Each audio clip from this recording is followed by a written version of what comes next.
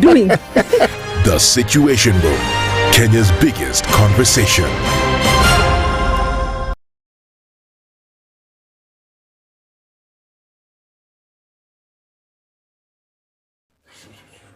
Good morning. What's happening on the streets where you are today? Let's take a quick look at traffic coming in and out of the CBD today.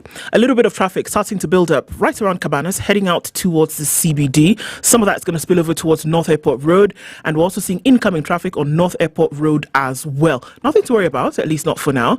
Let's take a quick look at what's coming off the Fiscal Superhighway. And we're already seeing just a little bit of a clog up as you get towards Survey, but that will be the worst of it for right about now. We're going to take a look at things as they open up through Wednesday. SpiceFM KE on X, hashtag the Situation Room.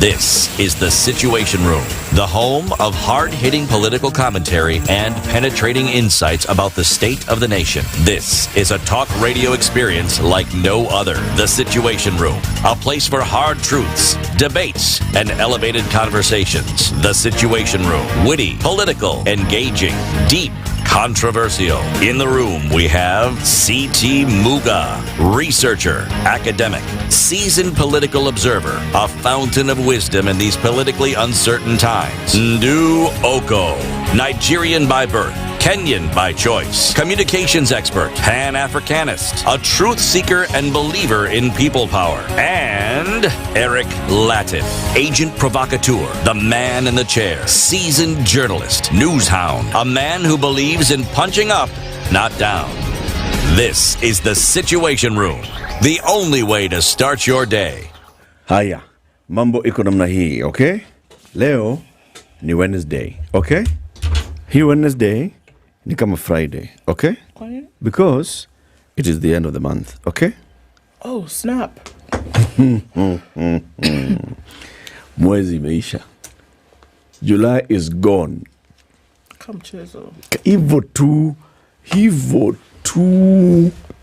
This one come, this one go. Come and go. Yeah.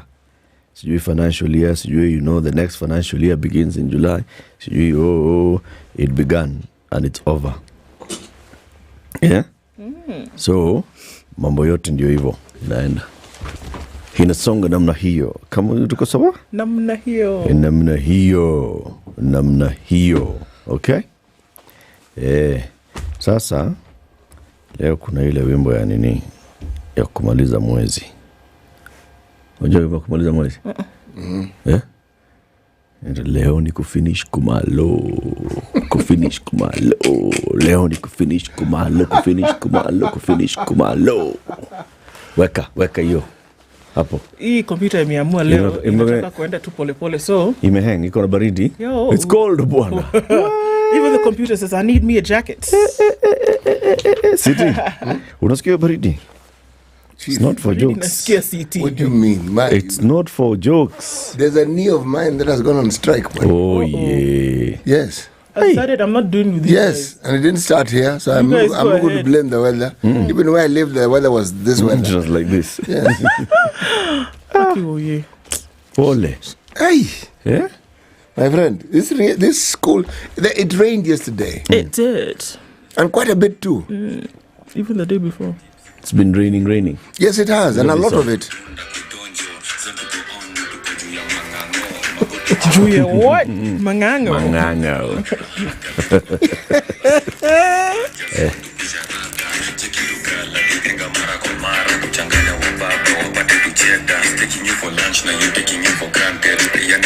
I'm taking you for lunch and you're taking me for granted. I'm liking these people. Who are they?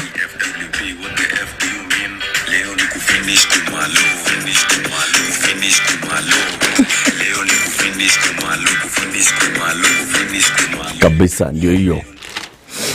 Leo ni kufinish. Just when I was getting started. Yeah. Yeah. Wacha tuachie hapo. Inaitwa urban tone. I'm taking you for lunch and you're taking me for granted. That style of music is called urban tone. The singers Tipsy G featuring Spoiler 43 and Soundcraft. And this is the song that, how do you dance it? As though you're having fits.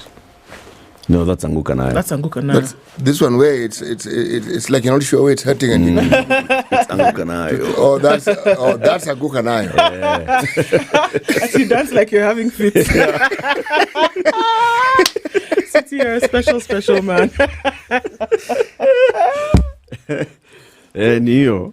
Hiyo inaitwa Anguka Nayo. Yes, and this one, the one you've just played, is called Kufinish Kumalo. And that one is danced with? How do you want to dance to it? Well, these dances are many. If the computer had worked, you'd have seen. There are some where you simply just look forward and then you wiggle your tail. That one I've seen. What looks forward exactly? Your eyes.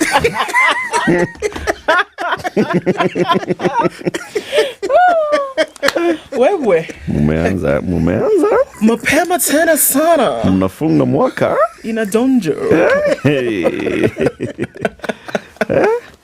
Kudonjo ndiyo hiyo. Inadonjo. If Kudonjo had a meaning. Nyeri. Let me tell you what we shall be discussing today as we finish Kumalo, the month of July. At 7 a.m., the 2/3 gender principle and its impact on women macroeconomic policy. We'll be joined by two ladies, Janet Ngombalu, she is the country director at Christian Aid Kenya, and Daisy Mdanyi, who's the executive director at Crown Trust. The two ladies come in at 7 a.m. At 8 o'clock, we talk about what new budget figures reveal about government austerity, and we'll be joined by business journalist Ramanyang. He'll be back here 8 a.m. And then at 9 o'clock, we talk about the Shakahola report. So the president established a task force. And that task force was not to investigate Shakahola and what happened, right? It was to look at, now that we are seeing that this was religious inspired and driven, what should we do to make sure that these religious people do not do these kind of religious and unreligious things, okay? And the task force was led by the Reverend Dr. Mutava Musiemi, who the task force finished their work kitambo, due to February. But they presented their report to the president yesterday. And it was dated May 30th. And it was dated May 30th. So all those things. Surely. The Reverend Mutava Musiemi joins us at 9 a.m. for that conversation. He's the chair of the Presidential Task Force on Regulation of Religious Organizations. Actually, it's a very long title, but let's just go with that one. Sawa.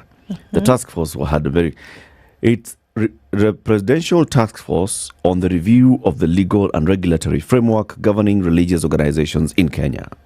Tukapa. That's the title of that whole task force. Okay, so. Sawa. Yeah, they presented their report. They're saying several things. But among them, we should establish a commission. I'm sure the president of Rwanda, Paul Kagame, had suggested such a thing for his country. The noise. What? Regulate? Jesus? Just can't have somebody come but at your church regulatory authority, why do we need Why these do you things? need to regulate God? God, how? How? Actually, you're regulating human beings. But why do you even need the regulatory commission? Because people have gone off the because thing, something that touches the lives of so many people, there needs to be an oversight. Because the oversight that exists, whether it's the National Christian Council of Kenya or whichever other organization, have you heard their voices in these matters that we've been speaking of with regards to things like Shakahola? No. Or some of these? Well, in the middle, in the very, very beginning, it was just top layer commentary. We are just creating excess layers in government. Everything has an authority. There's an authority on regulating church. There's an authority on regulating Jew who. Yes. I'm in full support. Of the new commission. And they should be. We have a public benefits law that establishes a public benefits regulator. Churches are public benefit organizations. They should fall in there. Yes. And then, when they've fallen, add the commission. Anyway, it's 20 after 6. We'll discuss that shortly. Tell us about the weather. We are live streaming everywhere. This is the Situation Room, the only way to start your day. The weather with SpiceFM. It's cloudy at 14 in Nairobi. With all the cold, it's just 14 degrees, highs of 22 and lows of 11. 13 will be the low in a mostly clear Nakuru, going to highs of 22, and we'll see highs of 19 and lows of 12 in a cloudy Nyeri. It's 16 and clear in Eldoret, highs of 21, and we're looking into a clear Mombasa at 22 with highs of 29. 29 will also be the high in a partly cloudy Malindi at 24, and at 21 it's cloudy in Kisumu with highs of 26. 26 will be the high in a partly cloudy Kakamega at 18. Kampala is cloudy at 20, highs of 25 and lows of 18, while at 23 it's partly cloudy in Dar es Salaam with highs of 30 and lows of 23. It's clear at 7 degrees in Johannesburg, likely to see lower conditions, highs of 19. And into Mogadishu, we'll see a sunny Wednesday, currently at 25, highs of 28 and lows of 24. It's 13 and sunny in Addis Ababa, highs of 21, and cloudy at 25 in Lagos with highs of 29. 21 and clear in Kinshasa with highs of 31 and lows of 20. It's a sunny Wednesday afternoon in Beijing at 30, we'll see highs of 32. Paris, heavy rain at 23 with highs of 32 today, well into the summer. And at 18, it's cloudy in London with highs of 27. Tuesday night in New York is 24 and cloudy. Coming into Wednesday, we'll see highs of 31 and lows of 23. Mature, intelligent talk every morning. Spice up yourself.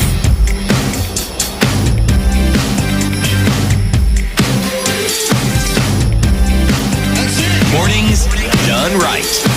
94.4 Spice FM, Nairobi. Haya basi. Watu wako. Wengi? This computer wants to shame me this morning. What is it? Can you imagine? What is it? Good though. That's okay. Here we go. Good morning, Chris Maura says. Brian Lucorito says, good morning, CT Eric Ndu. Pokea salamu tu, Nyaboke is Openje again today. Ivan Santabo's greeting. Rose Grace has tuned in from Tamu, sweetie. Good morning, CT Ndu Eric. Musalimia Edna tu ata musjali atayana skiza. Ndu, tomorrow is August 1st. Okay. Ask Eric and CT where they were on August 1st, 1982, when the Kenya Air Force, Hezekiah Ochuka became president. Odira Ojode Ogidi after coup against Daniel Moi with the help of VP Oginga Odinga. So where were you? Was it first or tooth? It was August tooth. It was the tooth? Yes. It was not the one. I was It was not the ones. It was How the old tooth. were you in 1982? Old. Okay, let's help out. When were you born, City? Minus it from 82. Yeah. You were 6 years old? Oh, how cute. 82, no. You were born in 56, were you not? No, 58. 58. Yes. I was born in So you were 12? We know people who didn't pass maths. 14 years old. 1958 minus 1982, surely. This guy was already in university. I'd left university. He was 24 years old. Oh, snap. I had already left university with 1 year. Nilikuwa nimetoka. Fanyeni hesabu, please. I didn't Haraka, sindio? Sawa. 22 plus 2. 24. Yes. Okay. You were 24 years old. You were already brand And spanking. I was in Nairobi. There you go. There's your answer. Mujihu.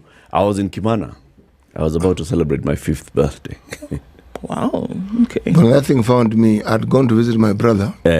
I'd come to play, I think it was Christy Sevens or something. I'd come from Mombasa to play rugby. So I went to Kenyatta University to visit my brother. That thing found me there, Chief. KU?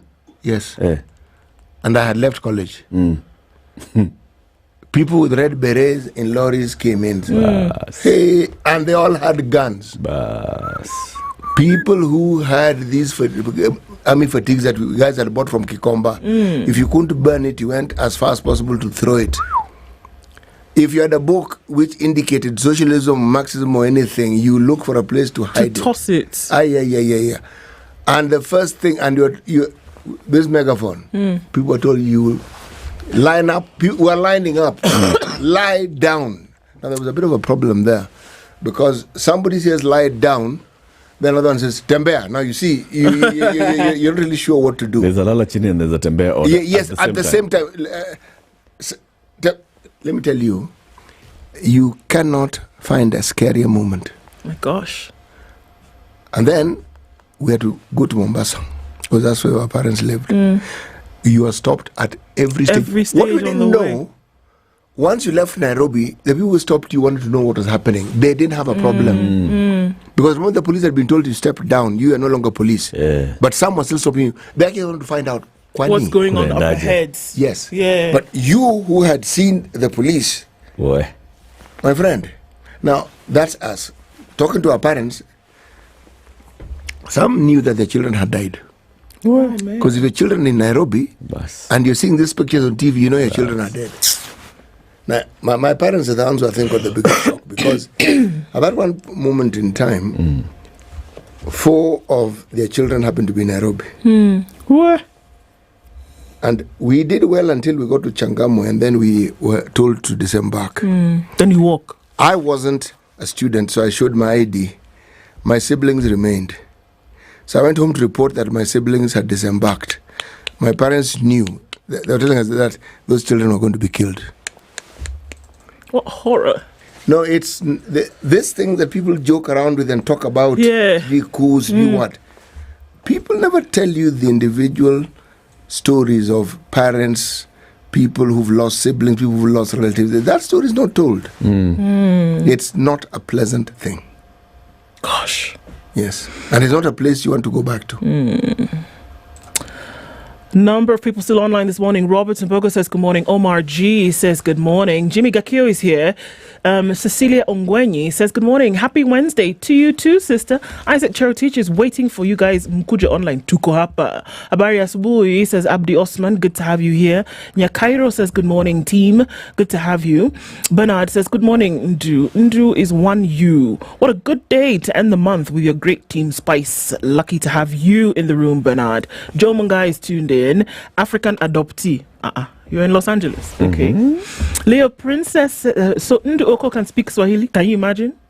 Leo, hello, Princess Ndu. Good morning. Seems the AG has been approved even before vetting. Well, it would appear so. Jogona says bonjour. Well, bonjour à toi. Good morning, Eric. Ruto ame finish kumalo mambo ya cabinet. Yeah, mamejaza. Kitu kama hiyo. Good morning. Wish you the best, says Anthony Onyango. Antonio Nyamai is here. Moses Nyabura is also tuned in. Jimmy Munuthi is here. Ndu, CT and Eric all have 4 eyes. Imagine we can see the future. CT is on fire early in the morning. The dance of fits. Imagine. Abdi Muhammad says leo ni kama mshahara imeingia. Nataka tuanze wapi? Ati you wiggle your what, prof? Shake your tail feathers. Shake your tail feathers. Shake your tail feathers. Okay, guys. Good morning, everybody. We can see you all here. Great to have you in the room. City? Haya. Proverbs from Burundi. Yes. Yes. Where there Who's the is current president of Burundi? same guy. After that guy, Pierre Nkurunziza left. The guy called Prosper. Bazumbanza. Now, that's his name. I am not...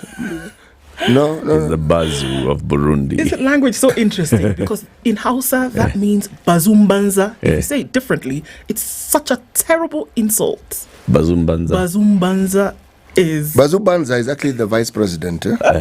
Yes, the president is called Evariste. Ndiye Shimiye. Yes. Ndiye Shimiye. Evariste Ndiye Shimiye. Yes. But the VP... Huyo ndiye. Yes. Now, but they also have a prime minister. It's called... How do you pronounce it? It's written Gervais, but I'm sure... Gervais. I see, I need to pronounce it. It's Gervais. Yes. Gervais. I thought Gervais was like Jevais. Gervais. No, Gervais. Gervais. Okay. And then his second name is Ndira Kobira. These guys have compound names. Ndira Kobira, Ndayishimiye. Yeah. The other was Bazumbanza. Yes. Hey. Okay. Nice, eh? Nice. All right. Now, can I read Proverb? Yes. All right, let me read Proverb. Proverb, here we go. Where there is no jealousy, a small hair's leather is enough to cover 4 people. Hair being like the big rabbits. Hair being like Sungura Mjanja. Okay. H-A-R-E, Hare. Hair ni sungura mjanja. All right. The first rabbit. The first one, not the cute cuddly one. The rabbit that runs. Okay. Okay. So what do you call that one, the cuddly one? Sungura Panya. Sour. Yeah. Okay. It's half past. Traffic tomorrow moja. Sawa. Say less. All right. This is the Situation Room, the only way to start your day. All right, not much happening on the roads this morning. Just that thicker superhighway issue right around Survey. And if you're coming off from Gong Road, we're not going to have too much of an issue here at all. It looks pretty good as you're getting into the CBD. Let's take a quick look at then the Eastern Bypass. Then coming through towards Mbakasi, we're not going to have too much of an issue either. Jogo Road is busy. Getting onto Landis, we'll probably see that it's going to pack up significantly as you go ahead. Kangunda Road. That's what it's called usually. Some traffic going on there, and it's also likely to pack up. If you're on the Eastern Bypass and you're yet to leave, you might want to think about doing that now because we know it's going to get crazy in no time. Let's keep in touch. Let's see what's happening as we get into Wednesday proper. We'll talk on SpiceFM KE on X. # the Situation Room. Mature, intelligent talk every morning. Spice up yourself.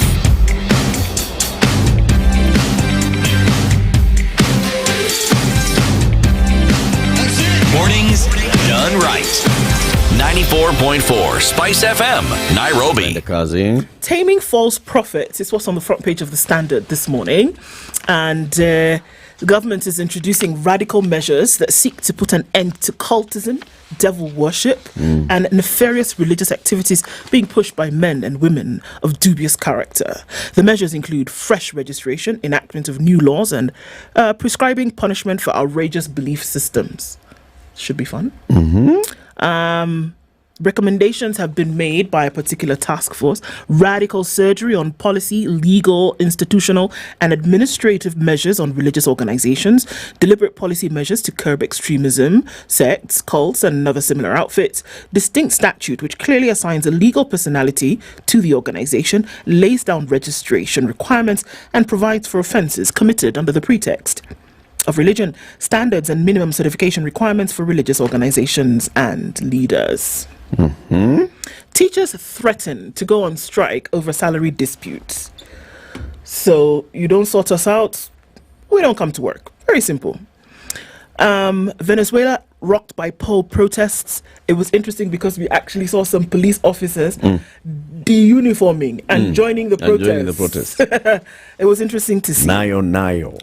Kaende. Dokasador, it is. Ruto nominates the first woman AG. After decades of defending the state as a counsel and prosecutor, Odur is an interview away from writing history. If that happens, you will have female Chief Justice, female Deputy Chief Justice, female Registrar, CRJ, female AG, female LSK President. I'm telling you. We're competing with our neighbors. Top. Sindo. Oh, yes. Leaders split on talk of DP impeachment. Others are saying, how? Me. Can never be me. Not in broad daylight. Gachagwa's aides quizzed by police.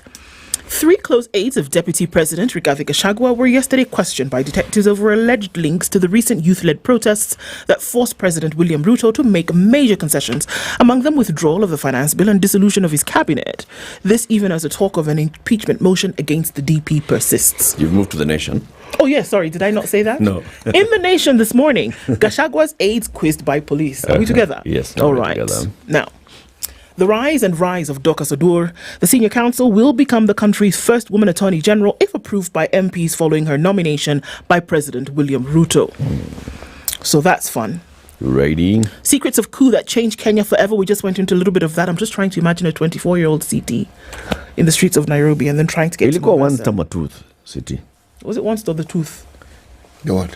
The coup. August 1th or tooth? To a second. The coup. Tooth. The Coup de etat. Yeah. The etat. No, because I don't know who say first Or or was it second. on the night? It was on the night On of the the night of first. the first. Into the morning of the second. Yes, Voila. yes, that yes. would make sense. You know, so much happened in that haze. That you don't even know when it was. Man, let me tell you, you're walking through Felt town like a week. and everyone, you know, where you know police were, when you see someone walking, people walking with their hands up. Yeah, as in I'm No, good. you're holding your ID. Oh, your ID to show that you are okay. Yes. Interesting. You know there are policemen waiting over there. Anyway.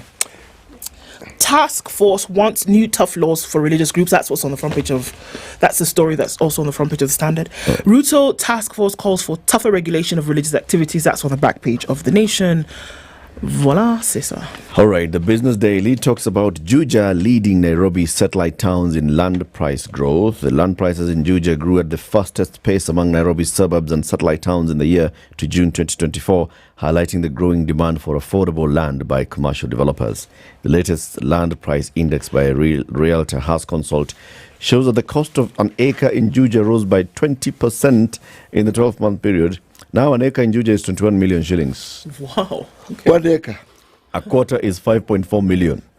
Sasa 50 by 100. Caproti. Gawanya by 4. 1 million. 50 by 100, my friend. No, actually, yes. There's a billionaire called Peter Muga. Okay. He holds a couple of shares in Britam. Couple. Just a couple. Yeah, just a couple of shares. He has moved part of his Britam shares into a new investment vehicle, signaling either a plan to sell part of the stake or this could be part of succession planning on his estate. Latest shareholder filings contained in Britam's annual report show that Venture Capital Kenya Limited, a firm in which he has a controlling stake, moved 173 million shares. That's equivalent to 6.8% stake. He moved it to a new vehicle called EHL 2022 Limited. The transferred shares have a current market value of just 984 million shillings. Yeah. Record 26 firms going to administration in just 12 months. EABL dividend up 27% after posting softer decline in profit. So there's a continued decline in profit for EABL, but their operating profit went up. Now, their dividend, 7 bob per share, closing the year. Finish Kumalo. Sitting. Yes, please. Your star Namnagani. Top right-hand corner in teal green, on police radar, the picture of the deputy president. Gachagua close allies grilled over funding of Gen Z protests. All right. Detective visited offices of DP's advisor and close confidence to take statements on the alleged role in the volatile youth-led demonstrations. Really? Okay. Okay. Then, weather forecast. Keep your blankets closer. More rains and cold expected. Okay. Self-inflicted pain. This one is a really interesting story, this one. Can you imagine what you would do if you knew that there was 30 billion which you can spend lying there idly and you can't access it? What would you say? This is a story that bedevils the counties of Kenya. Why counties can't access 30 billion lying idle in accounts? Only Taita Taveta, Kiambu and Marsabit have been cleared to access funds. That's the story. Pesa nini hiyo? Hiyo ni pesa ya 30 billion ambayo iko kwa account. No. If I tell you, then it won't be interesting. When he tells us a story. To whet your appetite. Hold your horses. Yes, then I'll tell you the story. Physical. Okay, this one. Okay. Physical and sexual. Quarter of teen girls suffer violence from lovers by 19. This is a story on page 9. One of these horror stories that we keep. Yeah. They say the abuse only happens from the age of 35.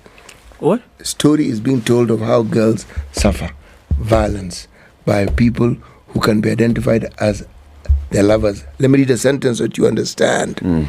At least a quarter of all Kenyan teenage girls experience physical, sexual, or both kinds of violence from their lovers by the time they get their national IDs. A new analysis indicates.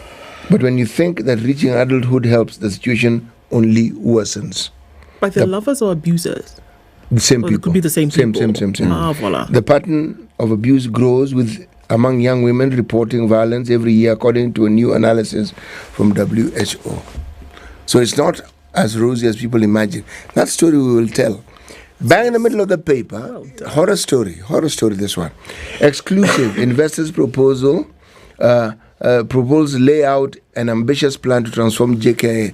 Remember the story of Adani, the one we spoke of yesterday? Yeah. It hasn't gone away, it's still with us. Inside Adani's 240 billion plan to overhaul JKIA, Adani offers to pay Kenya Airways Authority 6 billion yearly for the first 5 years and 6.7 billion by the year 2035. The story is on page 4 and 5. Then bang, in the middle of the paper, again there's a picture. Ruto names Dorcas Oduor as AG and also names a lady by the name of Beatrice Askul as CS. Nominee for CS of East African Community. Yeah. So, you and your headline. Ndio hizo. Yes. Hebu pitia hiyo story ya hiyo pesa. Pesa. Utatuambia. Pesa. Ndu? Yes, pesa. Tuambie. Unataka kutuambia gani? Nataka kuambia vile tunafinya church. Finya.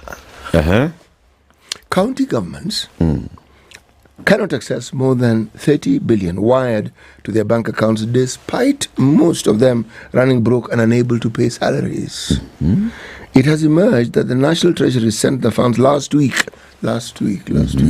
Okay, but the devolved units cannot access the funds due to their own making. What is this own making? I will expound. The counties the Star has established have not submitted their budget for 2024-2025 to the Office of the Controller of Budgets for approval. Simple. But was that money being sent for this new budget or for the previous budget? That money. It's not possible for it to be. Continue. I'll tell you why I'm disputing that. I am new budget. I am seeing the dispute myself also. Go on. They were expected to submit the budgets by April for scrutiny and approval by the Controller of Budgets, Margaret Nyakango. The Treasury released 30 billion to the counties last week. The counties themselves also channeled their own source revenues to the revenue funds account as required by law. For them to access the funds, they must requisition through my office. And for that to happen, their budgets must be approved. Documents obtained by the Star show 3 counties have been cleared to access the funds in their accounts. They are Taita Taveta, Kiambu and Marsabit. Some 22 counties have not submitted their budgets at all, while others have submitted pending approval. Among counties yet to submit are Busia, Elgeyo Marakwet, Embu, Isiolo, Kilifi, Kirinyaga, Kisii, Kisumu, Kwale, Laikipia, Machakos, Mandera, Meru, Kakamega, and so forth. Nyamira, Wajir, Uasin Gishu, Trans Nzoia, Tana River, Samburu, Mombasa, and Murang'a. 20 how many? 22 counties. Okay. We don't know why they are sending their budgets to us. Why they are not, sorry, let me repeat this again, please. Moment. Right. We don't know why they are not sending their budgets to us, but it has always had something to do with the bad blood between the executive and the assembly. Nyakango told the Star. Bad blood between the executive and the assembly. Okay. So this money was, what I'm wondering is, by the end of June, had the Treasury released all the money for the previous financial year? They hadn't. So the money that came in. So was it meant to be for the previous financial year or for this financial year? Remember, for this financial year, the laws for Nini are back in Parliament. There is the Division of Revenue law is back in Parliament for review, and the County Allocation of Revenue law is back in Parliament for the review. Those 2 laws are the ones that determine how much money is going to counties in the first place. Yes. Right? You could say that, so they would have some cash. Maybe the Treasury would send them cash for doing a bit of operations, but that's it. Then the other bit would be, when is the deadline for counties to finish their budgets for this financial year? Because many of them are still in the county assembly. That is absolutely true. That's absolutely true. I get confused sometimes because this money seems to be sent from the Treasury to the counties in dribbles. So you're never really sure. It's like a petition. They talk as though it's the current, and yet the historical debt hasn't even been cleared. Yes, so I think this is the same case of what we're dealing with here. Yes, it's not a pleasant story. Can I look at this story about the young ladies? May I? If I may? Yes, please. Yes. Okay. Remember the case I talked about? These cases only subside when women reach 35. Why? The analysis draws data from Kenya Demographic Health Survey 2004 to 2015.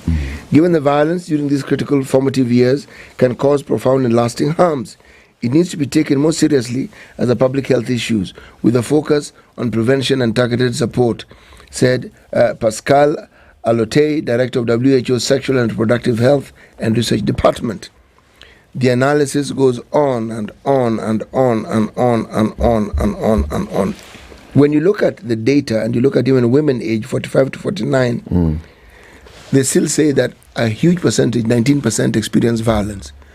What I do not see, okay, they say it occurs everywhere, okay, and it's called intimate partner violence.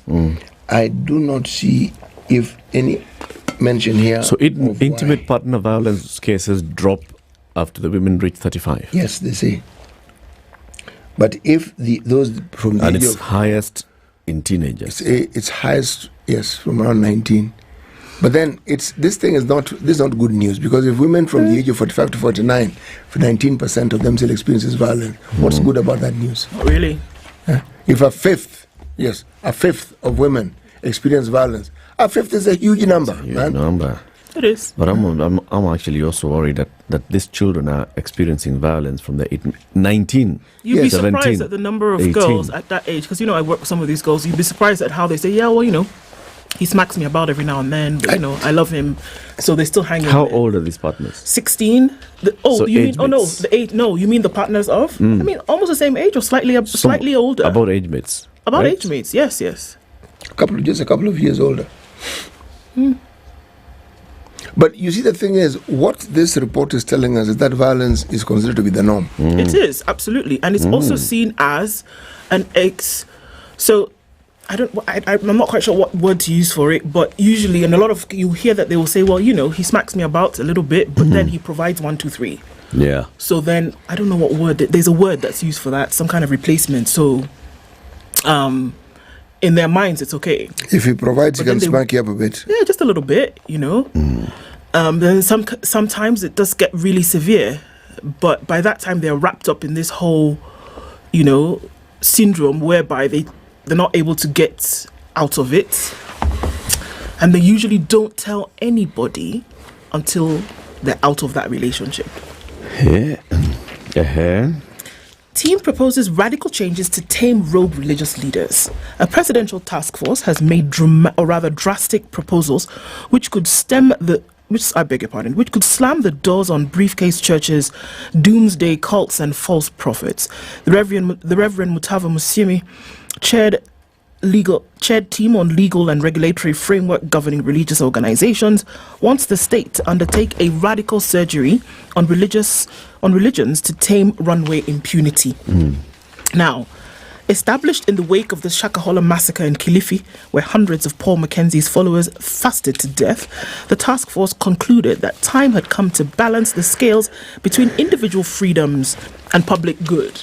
Whereas we allow you freedom of worship and you're allowed to go and do what you want, it has come to the point where in too many cases that there are people who suffer as a result of these freedoms and how you express them, right? The team, composed of eminent clerics and scholars, worked in the background, avoiding the din of the public space, to come up with proposals which will alter the manner in which churches are registered and run.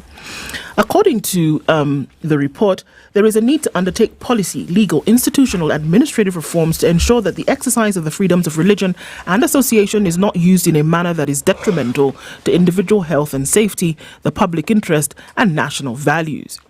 The task force was shocked to find that there was no policy framework for the religious sector, and that rogue formations had been having a field day capturing weak hearts and turning them into mental slaves. The task force was shocked. Yes. Do you know who the members of that task force are? Clerics and religious scholars. Yeah. And they were shocked. They were shocked. When A.G. Gedho Muigai proposed something similar to what they're proposing now, what did those people say? This is a good question. All right, let's continue. The task force was shocked to find that there was no policy framework, The existing legal framework, the team found out, does not adequately address religious extremism, sects, cults, and other similar outfits that engage in practices detrimental to individual health and safety, public interest, and national values. There's no framework which deals with these particular things.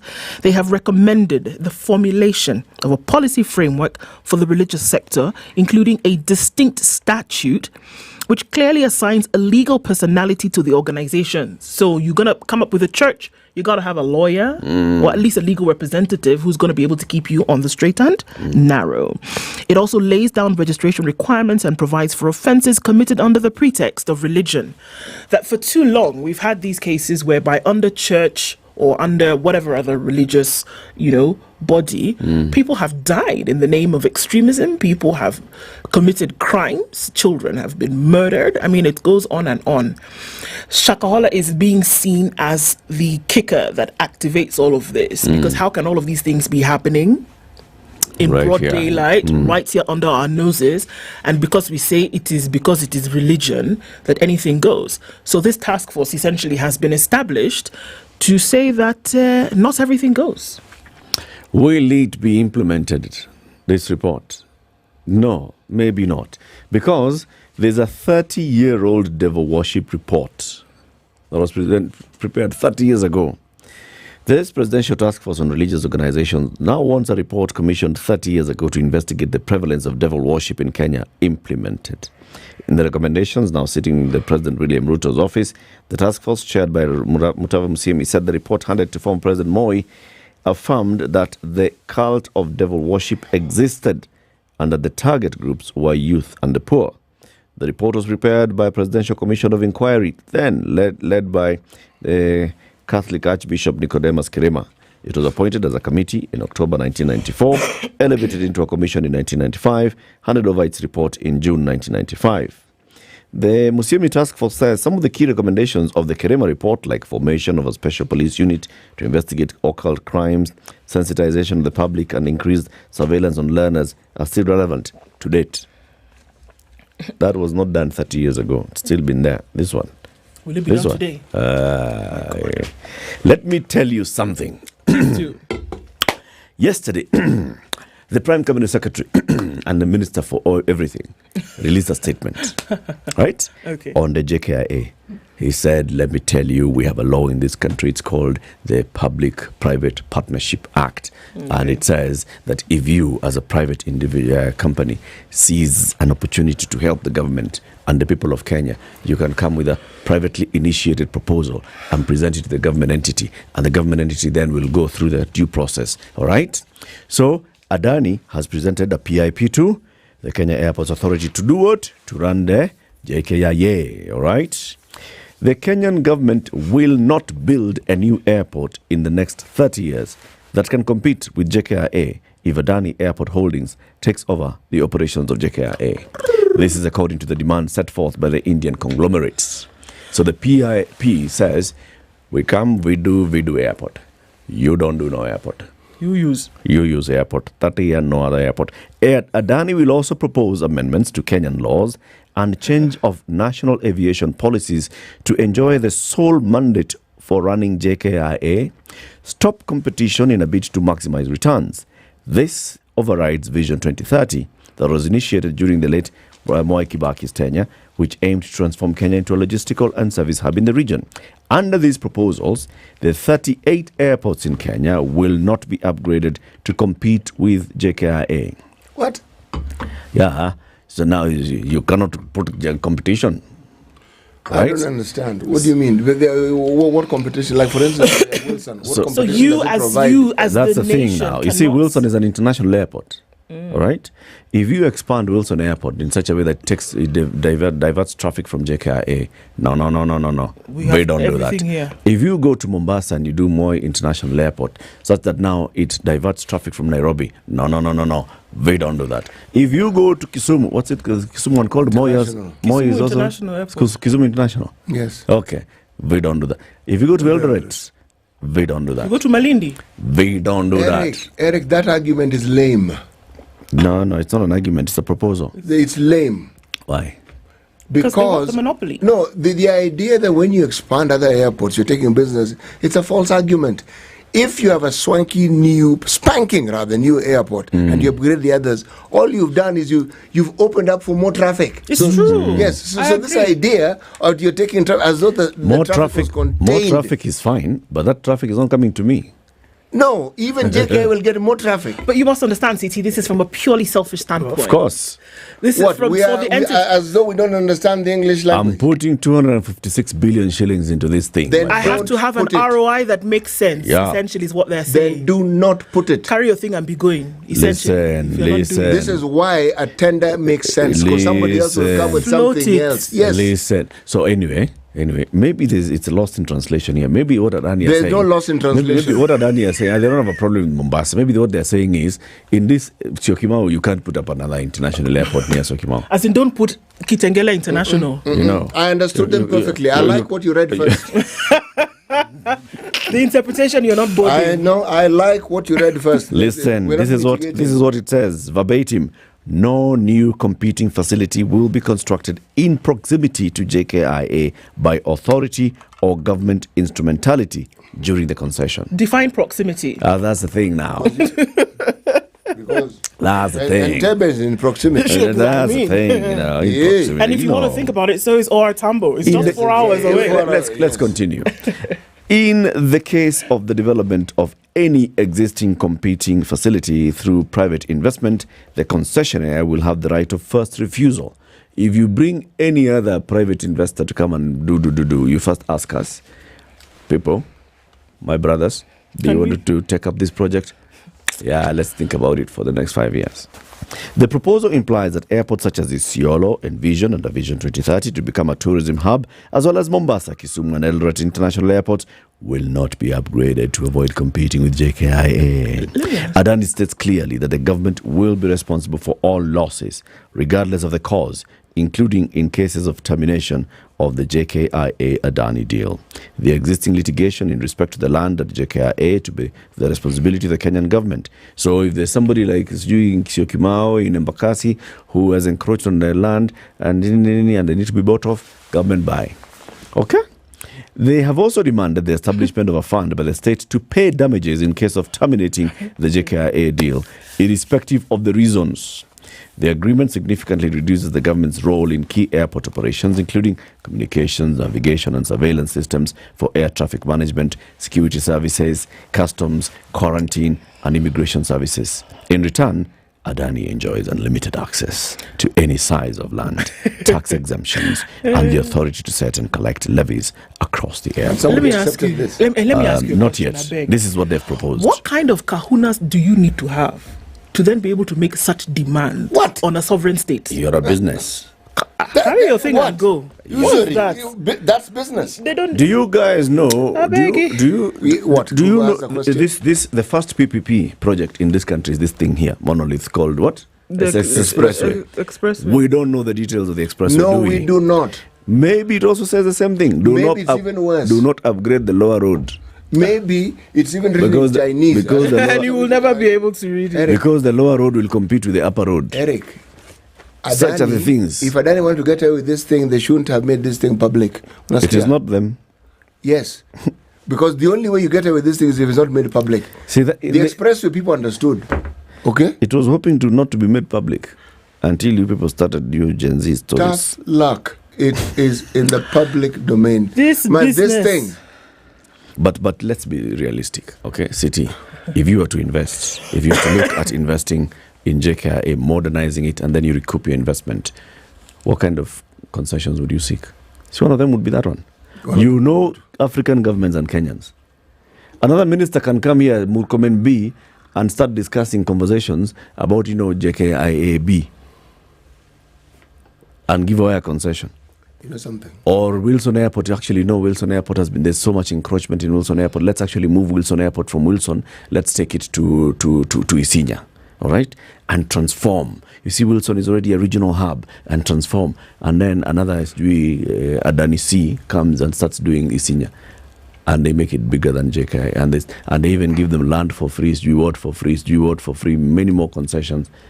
Eric, the reason why this thing is such a big issue is because if that is what is written, and given that many of us will not, I included, will not look at this thing with a tooth comb, the problem begins and ends with this thing not being open to tender.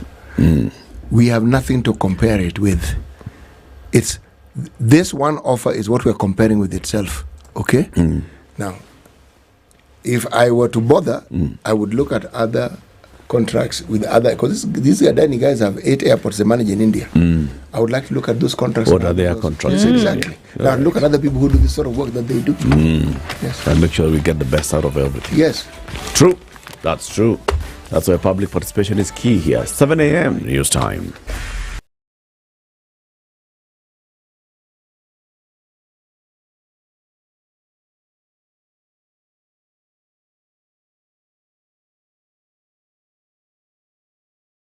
Good morning, this is the News Wire. I'm Leah Ubaga.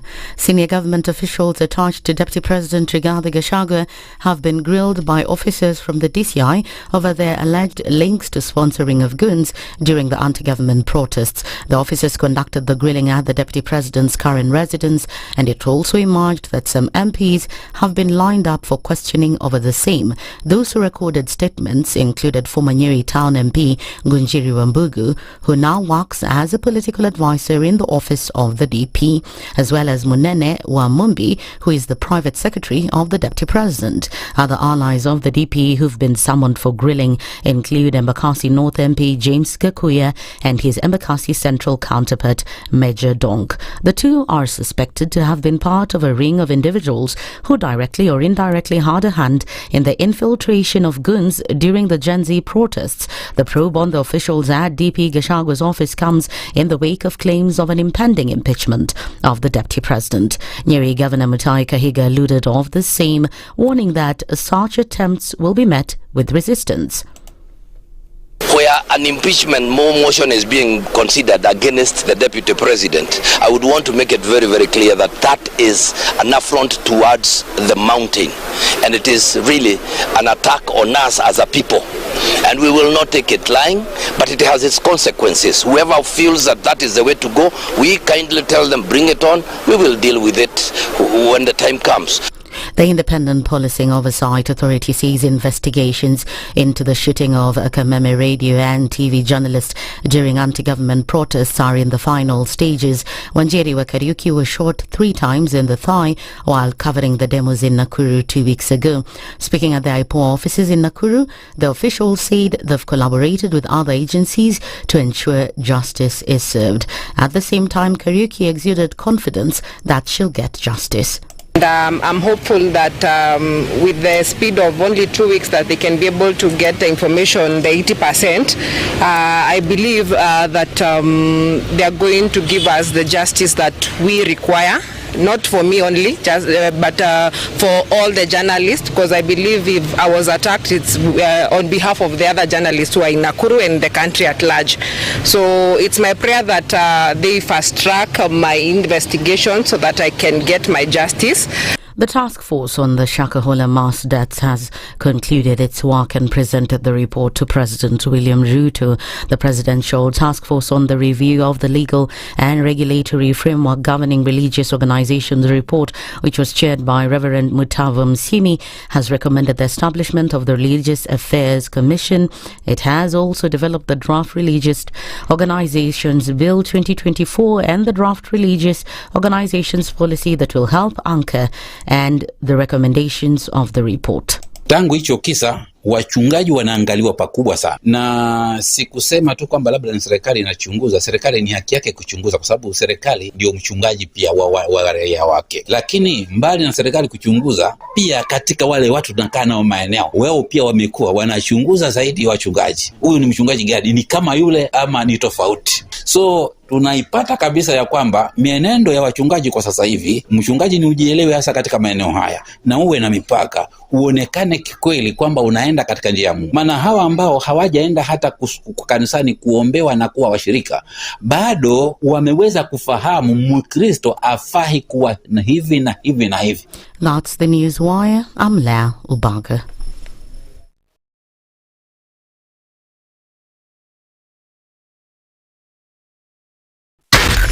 SpiceFM, Nakuru. At a few minutes after 7 o'clock, traffic is building up in the city today on the Eastern Bypass. It's coming in heavy all the way through towards Embakasi, that loop going towards North Airport Road, and then Cabanas. Also very busy on Jogoo Road this morning. And it's also coming in heavy on Kangunda Road as you then approach Outer Ring. On the Thika Superhighway, traffic is A-OK. You're going to get right around Garden City, and then it's going to pack up as you're getting towards Survey. Busy on Kiambu Road, at least as you get towards Muthaiga Square, and a little bit of traffic on Gong Road. Let's see what happens as we get into traffic hour. We'll talk on SpiceFM KE on X, hashtag the Situation Room. When you're impeached, you're impeached. When you're sentenced, you're sentenced. Madam Chief Justice. Until the sentence is set aside. Ukibeba vitu kwa roho utakufa. If you carry things in your heart, you will die. The reason for which you went to school and then gathered experience, that reason must be paid for. All right. Oh, okay. This level. Shape up or ship out. Levels don't change. No. It's about shipping out. You know my business partner here. Shipping out. Are we talking about the ship in the bathtub? Or the ship man. One of Talabu used to tell us a story of they were in school and they've been told to write composition about a ship.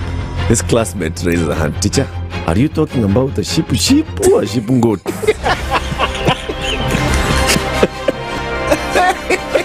The Situation Room, Kenya's biggest conversation.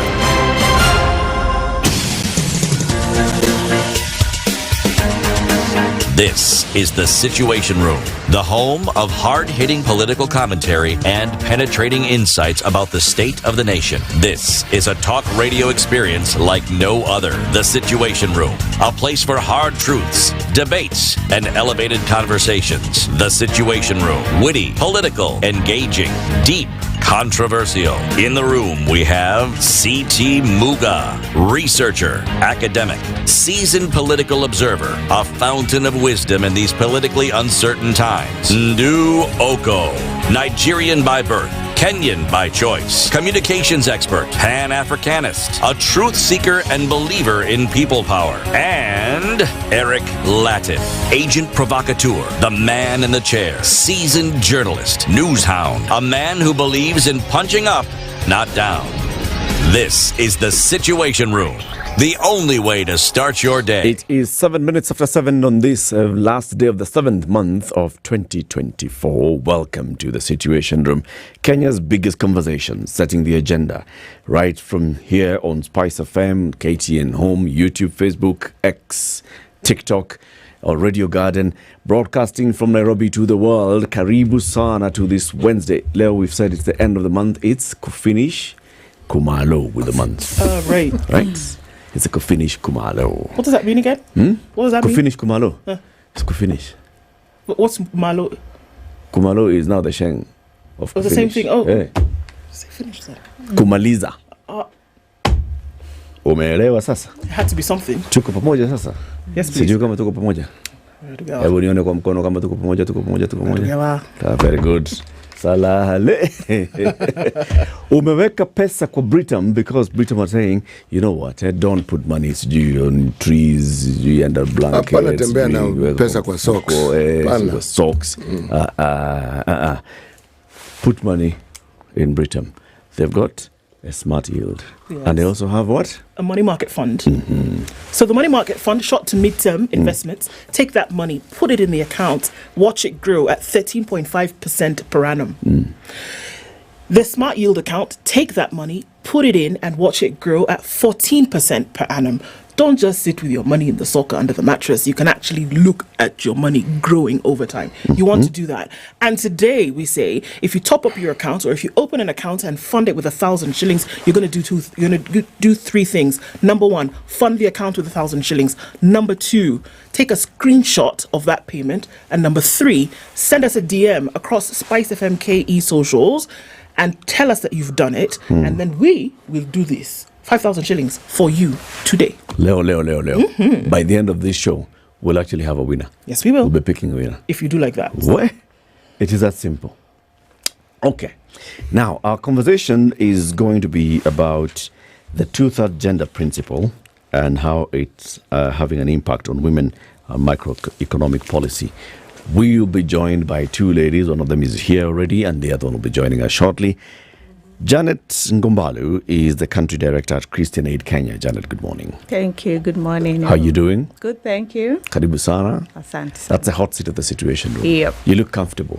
I am comfortable. Very, very good. Very good. Okay. You'll tell us what Christian Aid Kenya does. But before you do that, listen to this gentleman. He's called CT. CT has gone to...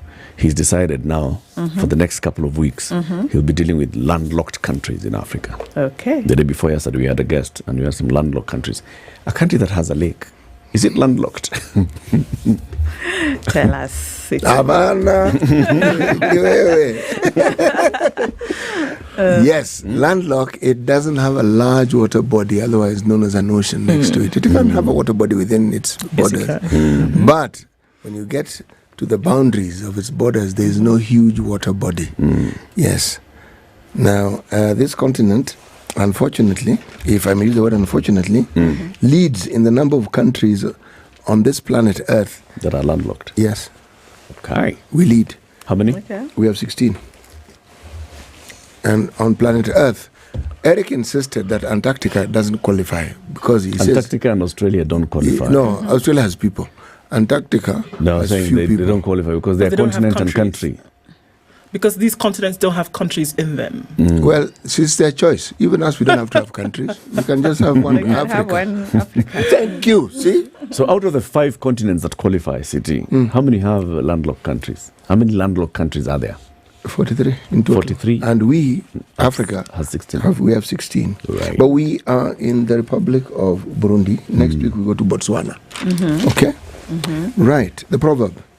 Where there is no jealousy, a small hair's leather is enough to cover 4 people. Hairs in Sungura Mjanja.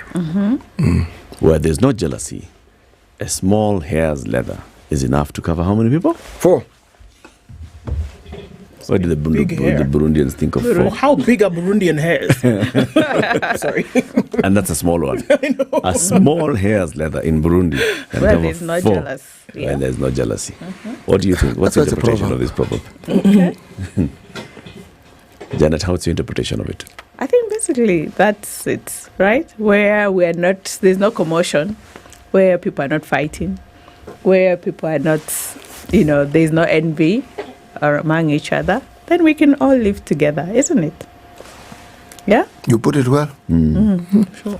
Reminds me of a proverb you gave us another time. I don't know, from one country. It was, people can share one grain. Yes. Yes. Remember the proverb? Yes, when people get along, even what appears to be small can prove to be sufficient, simply because it is shared. Yeah. When there isn't, then you'll find some have more than they need, some have a lot more than they actually need, and some have a lot more on behalf of other people who have not allowed them to have. Yes. That's what happens. Yes. Okay. All right, Janet. Yes. Tell us about Christian Aid Kenya. What is Christian Aid Kenya? All right, thank you very much, Tim. And so Christian Aid Kenya is one of the international NGOs in Kenya. We've been in Kenya for the last 27 years, serving the people of Kenya, working with communities, and our main focus is working with the very marginalized communities that are not reached by services most of the time. Our mandate is to focus on the root causes of poverty, and we believe some of the root causes of poverty are underlined within our 4 thematic pillars, which is climate change. We have seen a lot of distraction from the current floods. Now we have been told we're going to have a drought coming in the next few months ahead. So those are things that very key for Christian Aid. We focus on governance and rights, and on our governance and rights work, we look at economic justice. So within the economic justice, we see the issue of macroeconomics of the communities. That's why we look at the women empowerment issues. And, we're very keen on the finance bill and all that, so that we ensure economic justice. And we also then focus on gender. Gender is one of our main pillars, not as a cross-cutting, but as a main core area that we want to focus on, and hence the reason we are here today. We hope to speak more to that as we go along. Great. Thank you. Our other guests, Daisy Mdanyi has gotten into the studio. Daisy, good morning. Good morning, How Eric. Ndu. It's like a happy new year. I mean, have you been here this year? No. Are you sure? This year? This year? This is 2024, Daisy. These days, the years just meld into each other. But we've seen each other this year. Yes. It's good to see you again. Thank Karibu you. sana. Thank you for having me. Daisy is the executive director of Crown Trust, written with an A. Yeah. Okay. But with a C, not a K. C Crowny. Crown Trust. Welcome. Thank so in you. this conversation today, we're looking at the two-third gender principle and how that has an impact on women and macroeconomic policy. So let's first of all begin. You know, there's always this confusion. Two-third gender rule, two-third gender principle, one-third gender. So what is it? Is it two-thirds or is it one-third? Let's start with you, Daisy. Well, I refer you... Is there a difference? There is a very big difference. Okay. There's actually a very big difference. So I refer you to the Constitution, Article 27(8). And that is actually where this principle is docketed. And it's the not more than two-thirds gender principle. So it's not the one-third principle. It's not more than two-thirds. And it's not rule, it's principle. It's a principle, yes. All right. So it's a principle of governance, and it's part of the constitutional architecture to ensure inclusion and participation of the people. Actually, when you go to Article 27, which is in the Bill of Rights, talks about equality and non-discrimination. And it talks about the rights of every person. So you know that before we had Katiba 2010, leadership was really essentially a preserve of a certain few by practice. You know, it wasn't really spoken, but by practice, there are many groups that were excluded, especially wale ambayo wanaitangwa wanyonge, also known as marginalized groups. So among those groups are women, youth, and persons with disabilities. And if you recall, in the run-up to so you know how we got to the 2010 Constitution. We had the post-election violence, and one of the reasons that were said during the dialogue talks, when they were looking at those 4 agenda items, they were like, so many people are excluded from governance. People feel so excluded. So, you know, when their person doesn't win, because generally leadership was seen as a trickle-down thing. Eric Mtueto akiingia, we know goods shall flow to us, you know. So if you lose, we have lost, you know. So we fight because we have all lost. You lose, we lose. You speak as though this is a thing of the past. Is it really a thing of the past? Well, the thing is, we have a constitutional architecture that seeks to address that exclusion, okay? And because confine even like it to now, the past. And confine it to the past. So ideally, we are supposed to be practicing inclusion, because even when you listen to the Gen Z, what are they talking about? Exclusion, lack of opportunities, you know. But we have a constitutional architecture that is designed for that. So Article 27 speaks to that issue about inclusion, participation of the people, and that the state should ensure that they put policies, programs, legislations, including affirmative action, to redress marginalization. But as a starting point in that redress, we must start from the point that in any elective or appointive position, you can't have more than two-thirds of the same gender. So, at least tuanzie hapo, the idea is we angle for 50-50, right? But as a starting point, our ground zero is at any given time, not more than two-thirds. And so it's about numbers. So what's the difference between not more than two-third, and one-third? So there's a big difference. So let's look at it in terms of numbers, okay? And let's take the cabinet right now, because you know right now we are looking at numbers. Sindio? So when you go to the Constitution talks about the composition of cabinet. What is the composition of cabinet? So cabinet is the president, 1, the deputy president, 2, the attorney general, 3, and cabinet secretaries, who shall be a minimum of 14 and a maximum of 22. Okay. So they've always gone for the full count. Which makes it 25. So 25. Okay. So 25 is our 100%. Okay. Okay? So to get the numbers, you do the math. So 2/3 of 25. 2/3 of 25. So 2/3 in terms of a fraction, right? Is actually in terms of numbers is 66.66%. Okay. So if you do the math, 2/3 of 25, you get. So 66.66% of 25. Okay. 66.66%. Are you doing the math? Yeah. And even let me get my Msema Kwenye.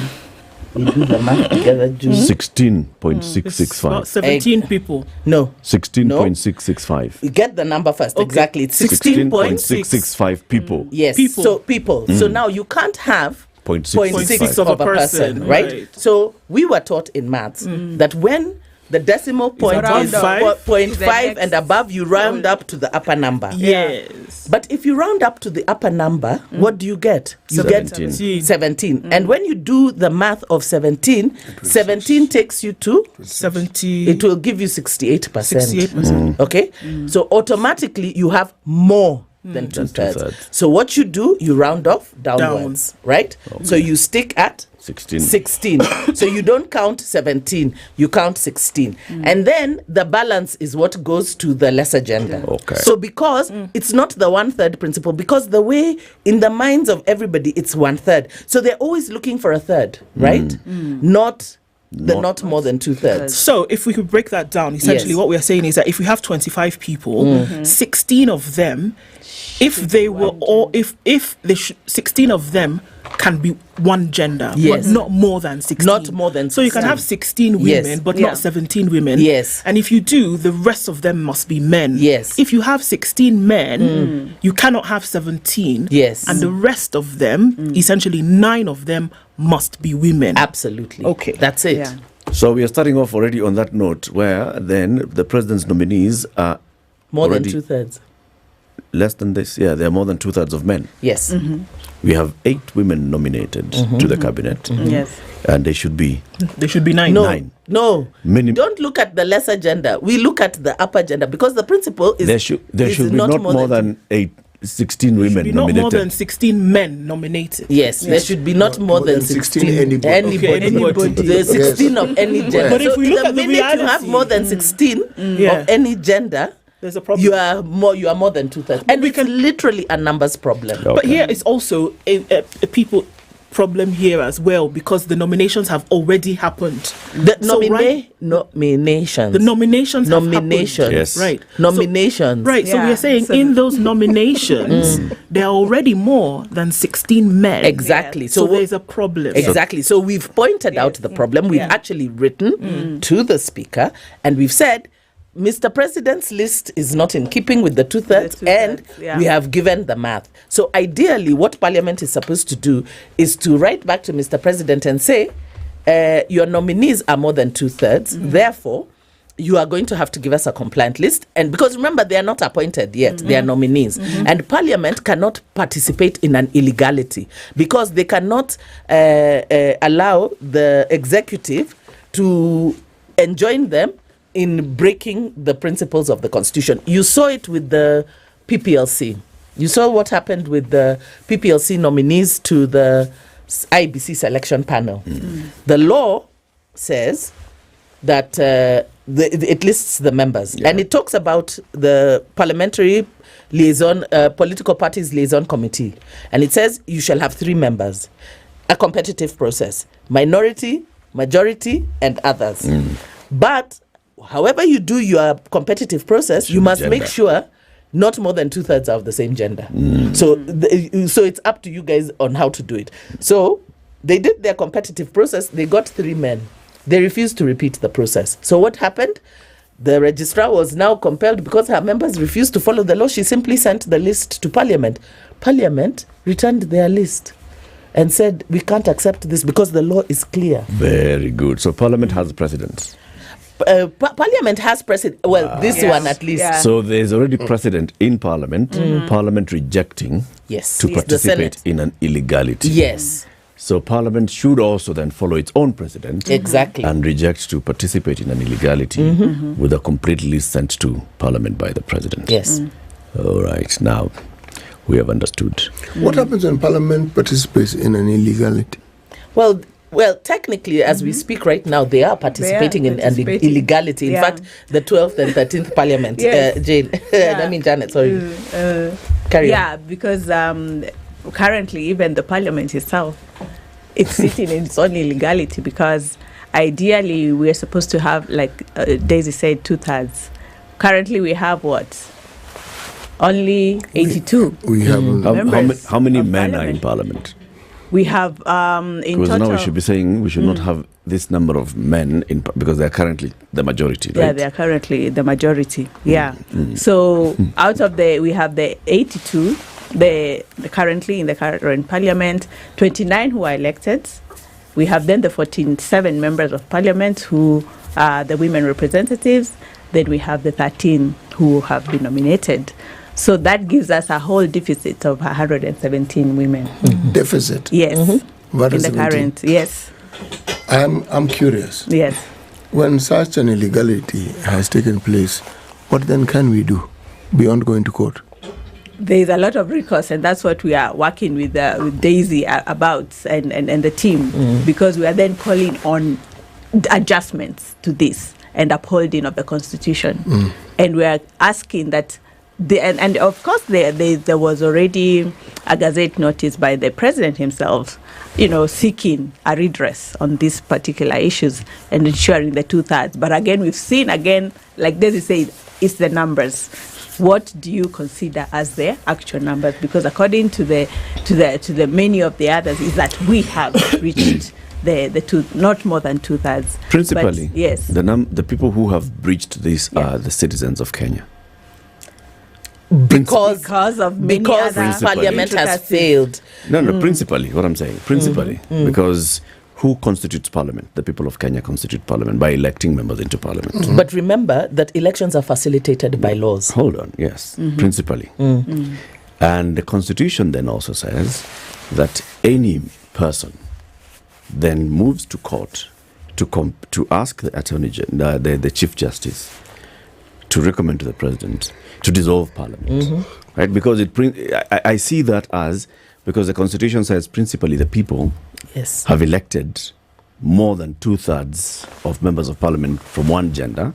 The people should then be told, repeat this exercise and comply with the Constitution. Absolutely. Right?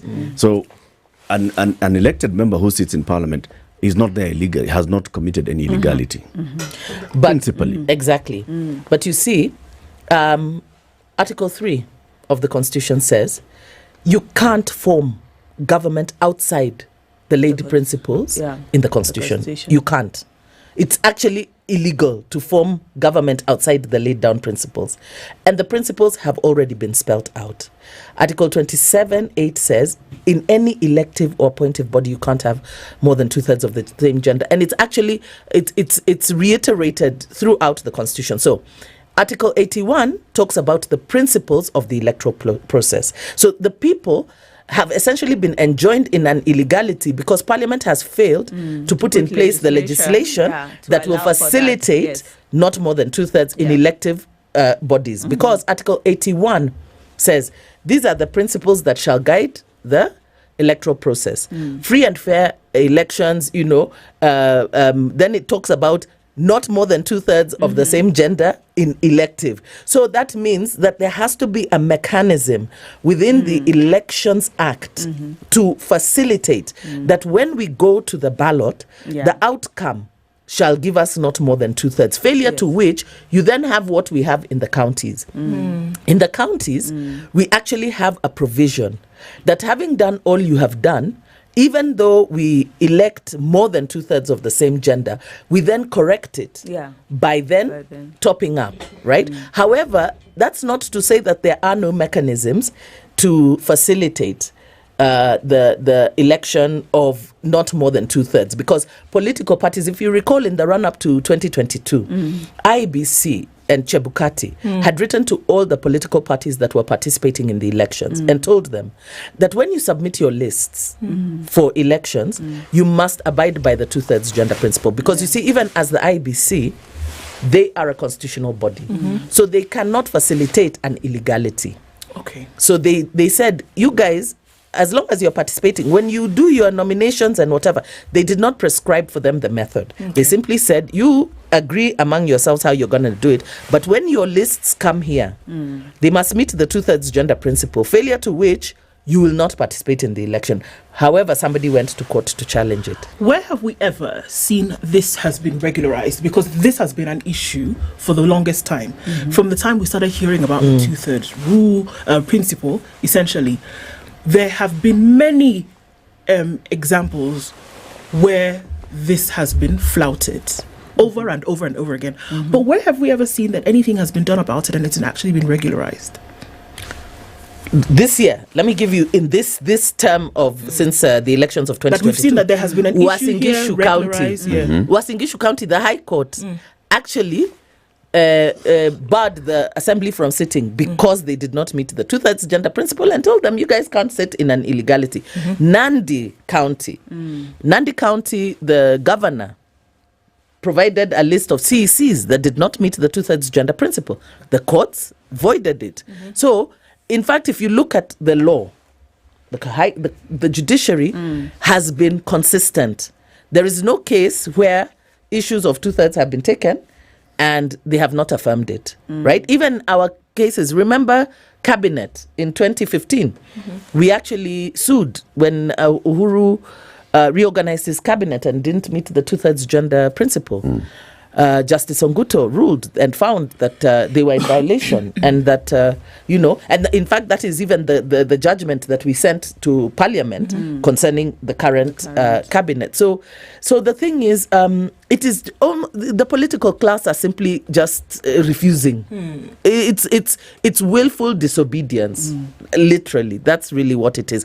And if we don't keep pushing and safeguarding that, then everything else becomes fair game. Because even as you talk about issues around public finance, social spending, the reason why Kenya is in the kind of situation that we are in right now economically is because they have flouted the principles of public finance management. You have hosted Jimmy Wanjigi here several times, who has talked about all the violations of the Constitution. So you see, we have a practice. It's actually impunity. This is what is called impunity. Now, a lot of people are like, women, they just want free things. They just want things to find them in the bed. That's not it. It's about the rule of law and constitutionalism. That's it. This country is made up of men, women, young people, persons with disabilities, and the Constitution gives those people the right to representation by their own, right? I mean, it's like the way when the women rep seat was established, there are communities where they cannot fathom a woman as a leader. They were like, but men can represent women's issues. If the Constitution had not said that this person shall be a woman, trust me, even you, Latiff, ungekuwa unaenda kusema you are a woman. Because tradition, culture, and practice has it's been something, and it's not unique to Kenya. There's been a practice where women leadership has been seen anywhere where you're talking power, authority, anywhere where you're talking money and distribution of resources, it has been seen as the preserve of men. Women, it's like women can't understand these things. These are very hard things for women and young people to understand, because their tradition has relegated them to people of being seen and not heard. Let's take a break. 27 minutes to 8. That's Daisy Amjani. She is the Executive Director of Crown Trust. She's here alongside Janet Ngombalu, who is the Country Director for Christian Aid Kenya. After the break, you'll tell us, so how does this actually impact women? And it's important we say it's not women rep, it's woman rep. Yes. The seat is woman rep. Yes. Many people call it women rep. So they say, well, I can represent women. That's not the point. No, it's not about even represent. It's about women's voices being there. It's about the person being a woman. Yes. Yeah. Okay, 26-8. This is the Situation Room, the only way to start your day. The weather with SpiceFM. Cloudy conditions in Nairobi this morning. We'll see highs of 22 and lows of 11, and we'll see lows of 13 in a partly sunny Nakuru, going to highs of 22. 19 will be the high in a cloudy Nyeri at 14, and at 16 it's partly sunny in Eldoret, going to highs of 21. Sunny in Mombasa at 23 with highs of 29, and we'll see highs of 29 as well in a sunny Malindi at 25. It's 20 and cloudy in Kisumu with highs of 26, while Kakamega will go to highs of 26 and lows of 16. Kampala's cloudy at 19 with highs of 25, and we'll see highs of 30 in a partly sunny Dar es Salaam at 22. While Johannesburg at 6 degrees is clear, it'll go to highs of 19, and Mogadishu will be sunny through Wednesday with highs of 28 and lows of 24. Cloudy at 14 in Addis Ababa with highs of 22 and lows of 12, while Lagos is cloudy at 25. We'll see highs of 29, with highs of 31 and lows of 19 in Kinshasa. Welcome to SpiceFM, the best exclusive radio station bringing you the best mix of the best music ever. Still busy on the Thika Superhighway this morning, and it's heavy coming through from the Allsops stage out towards Muranga Road at the roundabout there. Some traffic getting into the CBD all through towards Moy Avenue. Take a quick look at the Eastern Bypass, which we knew was going to get clogged very quickly, and it's already done that all the way coming in from that Roy interchange out towards North Airport Road, and of course Cabanas doing that thing. Jogo Road very busy into the CBD, coming off of Langata Road and Lusaka Road through towards Haile Selassie. There's a lot of traffic here as well this morning. It's also busy on Gong Road, and will be busier still as we get into traffic hour proper. How about we talk on SpiceFM, KE on X, hashtag the Situation Room. SpiceFM, Malindi. Mature, intelligent talk every morning. Spice up yourself.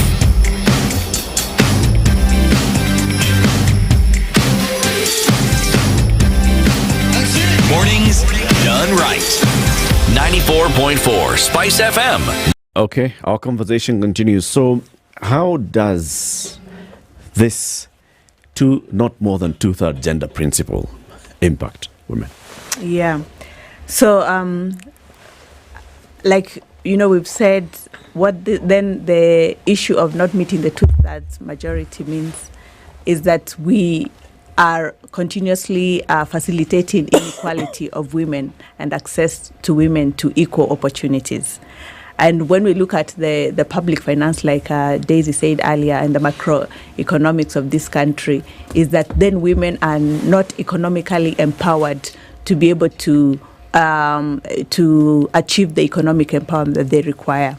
One of the ways in this is that they have, like in finance, when it comes to financial access, the women obviously will not have the financial access because what are the instruments that have been put in place are not, conducive to support women to access some of the facilities or some of the drivers of macroeconomic growth. And we have seen, like in most informal settlements, or in the hustler, or what we call them most of the time mamamboga, is that they have continuously made their voice known that they are not getting access to the facilities and the funds that are supposed to get, and some of these are because of the discrimination, the barriers to trade, or the barriers that are standing in the way. Some of them culturally, some of them, like we said, politically enabled. Some of them is because socially we have not allowed for equality of women around these areas. Janet. And therefore we continuously, Janet. Yes, it is. These women we speak of, Yes. right now, that gender rule is applicable in this room. Yes, I think. We were very glad because I think that was the first thing we needed to, yes. Okay, now these women are mothers, Their mothers. they are sisters, Yes. some are grandmothers, they are cousins, some are wives, some are partners, okay? In this day and age, I want someone to explain to me how, with these positions that they have, the ones I've mentioned, these are social positions, really. Yes. Are we saying that these social positions hold no power? That the power of persuasion and influence doesn't exist among women when they have these positions? I understand affirmative action because it's like jump-starting a system. That is perfectly all right. Yes. It's been jump-started. Okay? Women are no longer where they were before. They have moved. Where exactly do we want to get women to? Where will we arrive at when we'll say, okay, now women have arrived? Where? But City, when you look at, maybe, when we put all women together, we start to think that we have empowered. But when you go down to the communities, you start to see those disparities are still there. All right. You start to see that maybe it's some illicit place where women have managed to move forward. But in other communities, like we had said earlier, there are still women who have no access. The vast to some majority of of these rights that we are talking Kenyans about live in the rural areas. One. Yes. The vast majority of Kenyans you find in urban areas grew up in the rural areas. Most of us came to town, these urban areas, as adults, Yes. or to the university when there was only one university here in Nairobi. The social positions I mentioned exist everywhere. And the reason why they exist is because they are necessary. Women are an extremely important part of any society. Where I'm going with this is this.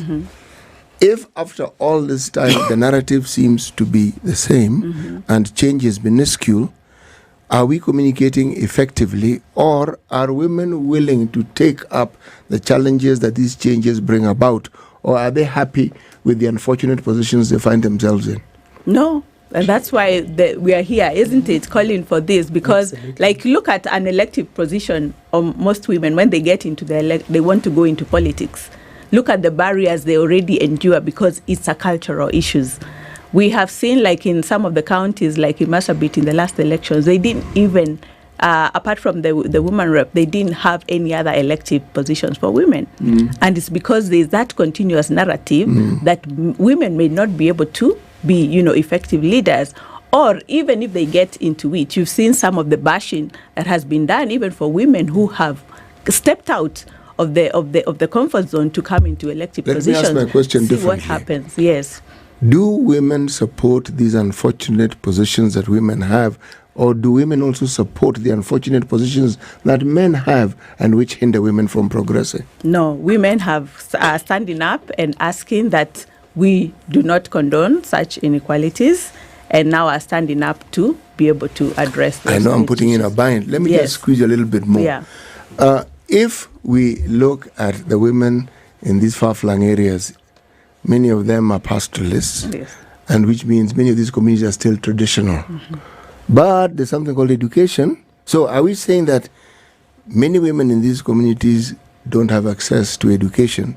And are we also saying that even if they have access to education, it's water off a duck's back? It doesn't really make much of an impact, because with education, essentially what then happens is the world opens up to you. Your mind opens, you understand a lot more. That interaction, just with education, does that for you. Are we saying there's very little impact? No, there's been a lot of impacts in Kenya, for example, but in some of the marginalized community, what we still see is that you still can go only to a certain level of education. Then maybe you're married off, or you have to leave the education early. And therefore, when now, even in some of the communities, even when you have had that education and come back to the community for elective posts, you find that the cultural issues, again, the cultural barriers, still continue to be a barrier for you, the learned woman, to even participate in that elective post. And that's why we are saying we have to address it both at social level, at cultural level, politically, in the academic level, so that at the end of the day, we're all speaking the same language of ensuring What's that the role women of are men in bringing about this change? A lot, because they're still the enablers in this process. They're still very key in this discussion. So it's not a one-way discussion. It is a communal for both women, for men, for the youth, for everybody to bring inclusivity in this discussion, then we can have the equality and the justice that we are talking about. What would It's a long game. Yeah, it's a long game. This we speak, and to the point that it's become kind of like a buzzword when we talk about the gender issue. We talk about women and we talk about empowerment. This empowerment thing, what does it take for this empowerment to come about? Because it seems as though it's a long time coming, and sure, maybe there have been gains that have been made, but this empowerment, it looks like we're reaching for it and can't get it really. That here we are today when we had a conversation about land the other day, and as a woman, if you wanted to buy a piece of land, you had to go with your father. There had to be a man essentially to endorse you as a human. You had to go with your father, and then later you had to go with your husband, or and all these other raft of things that you had to come along with. But I see that has changed significantly. I don't think there's a woman today. You go into a facility, you can get what you need to do, and you go. Nobody's going to ask you. I mean, my father's left me land, for example. You don't have that kind of thing anymore. So this empowerment that we're talking about, is it in steps that it's achieved, or are we saying finally, Eureka, this is the empowerment, we found it? I think it's a constant process because it's ever changing. There are always forces that are seeking to roll back, on gains that have been made, and so it has to be there has to be consistent vigilance, right? Because for the most part, when you look at how exclusion has been structured, it's been structured around resources and power. Okay, resources in terms of land as a factor of production, resources in terms of money, power in terms of leadership and authority, right? And so those forces, that the forces that do not see inclusion as a shared space, but rather as a takeover, because there are those people who look at it as though advocacy for inclusion and participation of all people is like saying role reversal, that you men have had it good, it's now our turn. Whereas what we're looking for is a more equal society so that everybody is able to contribute equitably. So that is why we need to have more people with a different mindset, right? And whether we like it or not, I know there are those who think that men and women are the same, but we do think differently. We think differently, we bring different aspects, to the table. So law as a tool of social change. So we need to put in place the laws that facilitate the changes that we want to see, and then we work towards making them work. So the first step was we have the Constitution 2010. Yeah. We thought that, yes, new dawn. But we are seeing kumbe it's not a new dawn. Why? Because forces like Citi and others are still sitting back and saying, what do these people want? So we have to keep pushing back. But as we continue to practice it, and as we begin to see the benefits, you see, once communities and societies begin to see the benefits that accrue from inclusion and participation of all people, they become more accepting of it, right? When you no longer feel threatened by my being on this leadership table with you, and that you see that if we direct some money to social spending, it secures not just you, it secures your mother, it secures, your children, it secures everybody. If we educate the girl child, we have more educated people, our families are more secure, they are better able to do, to keep us in good health and good nutrition at home and everything. Because the statistics have shown that when women are empowered socially, educationally, and economically, that actually it augurs better for families, society, and communities. Okay. Right? Okay. So when people see what the what do you say, the benefits, yes, the fruits of this are, so let's look at it. 11 years of devolution, for example, right? Our county assemblies have been compliant, forced to be compliant by law. Many of our county executives are compliant, all right? By practice, in many cases where you find, in many counties, you have members of the opposite gender being governor and deputy governor. So, and then you see all these other institutions have also more or less been compliant. The judiciary is compliant, constitutional commissions are compliant, and so on and so forth. So, has there been a benefit that we can actually now tabulate and say, look at this. This is as a result of the progress that has been made to ensure equity and inclusion in our society that is now being enjoyed?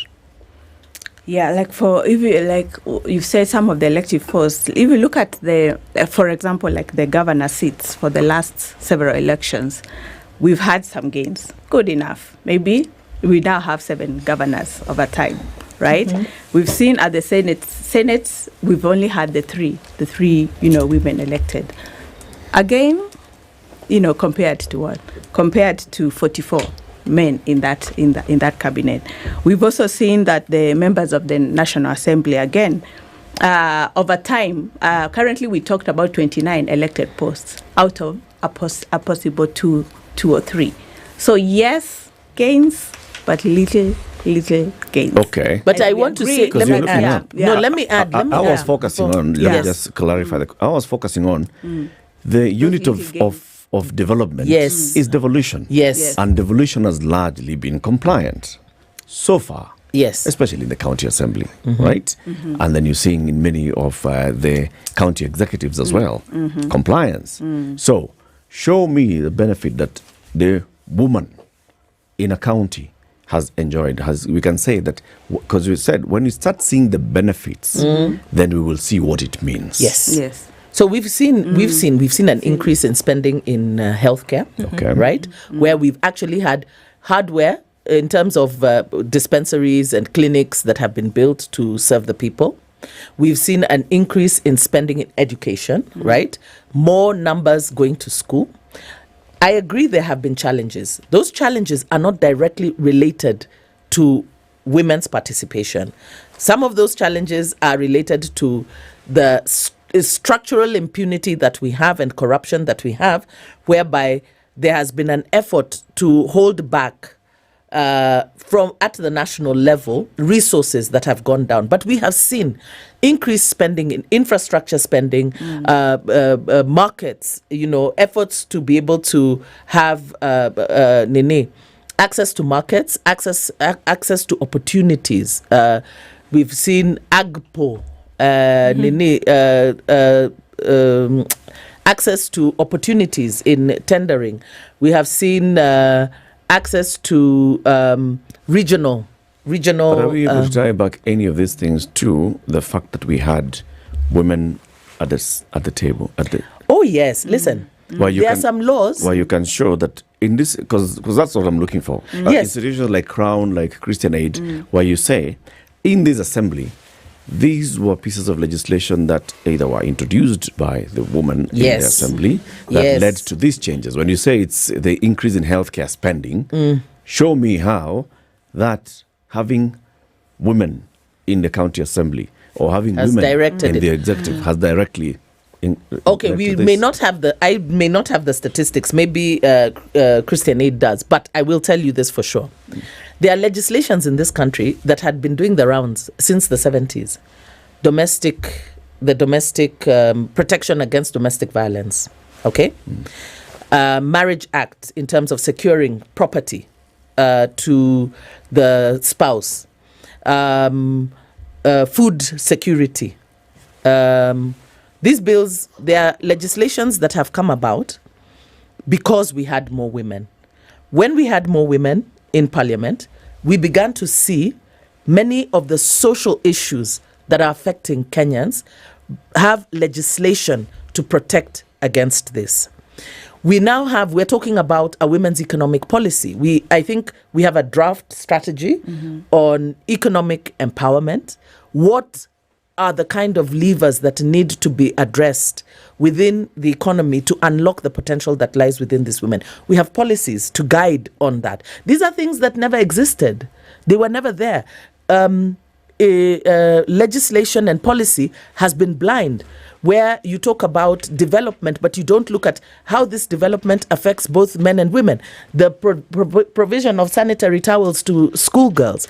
We know that while there has been free primary education for the longest time, girls were not enjoying this the same way that boys were, because once they start their menstruation, because of period poverty, many of them would at least suffer a month away from school in the semester because they can't afford pads. But now the government has now put in place measures, and all these have been advocated by women. Okay, I would these argue, policies. argue that yes, true, they've been advocated by women, but women such as yourself, you're not in parliament, but you're vocal on these issues. But it is so the women in parliament that have pushed. By the way, to their credit, 0 rating of sanitary towels. That push came from female parliamentarians. Yes, working with actors outside. Groups, yeah. But remember that we are also the ones that have been the outside actors forcing that space to open up. It is the women's rights movement from time immemorial that has been fighting for the expansion of that space.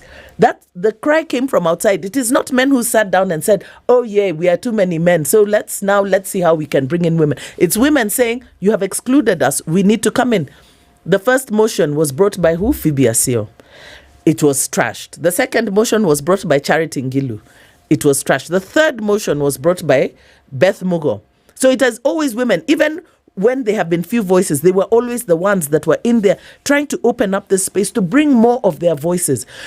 Even from the time of now, I'm no longer a youth. So in the time of my youth, working with female members of parliament and actually men, because you've had to have male allies, to support in this agenda. But it has always been initiated by the women. And then, of course, you get men to support it when you get them to see your perspective and to get them to see how it benefits them. Like the 0 rating of pads.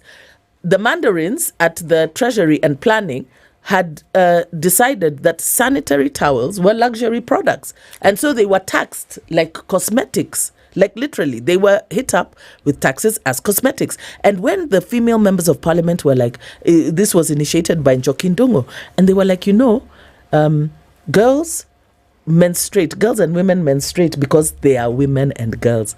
And I mean, I remember one of the things that she said that shocked her is that one of the members of parliament was like, you mean you can't just turn this thing off? Like you can't just... So it's the thing is you assume that some of these things are known, So they had to sit with the men and show them, you have a daughter, you have wives, look at how much it costs you additionally because you have to pay extra tax on this. So when the men saw how much money is coming out of their pocket, they were incentivized to 0 rate. What I'm saying is that when you bring different perspectives, when you talk about the benefits that accrue to all of us, because if you're saying, yes, okay, fine, we want to have every girl go to school, right? All children to go to school, boys and girls. Because, when people were paying for education, since the girl was going off, girls were for bringing cows, not for being sent off.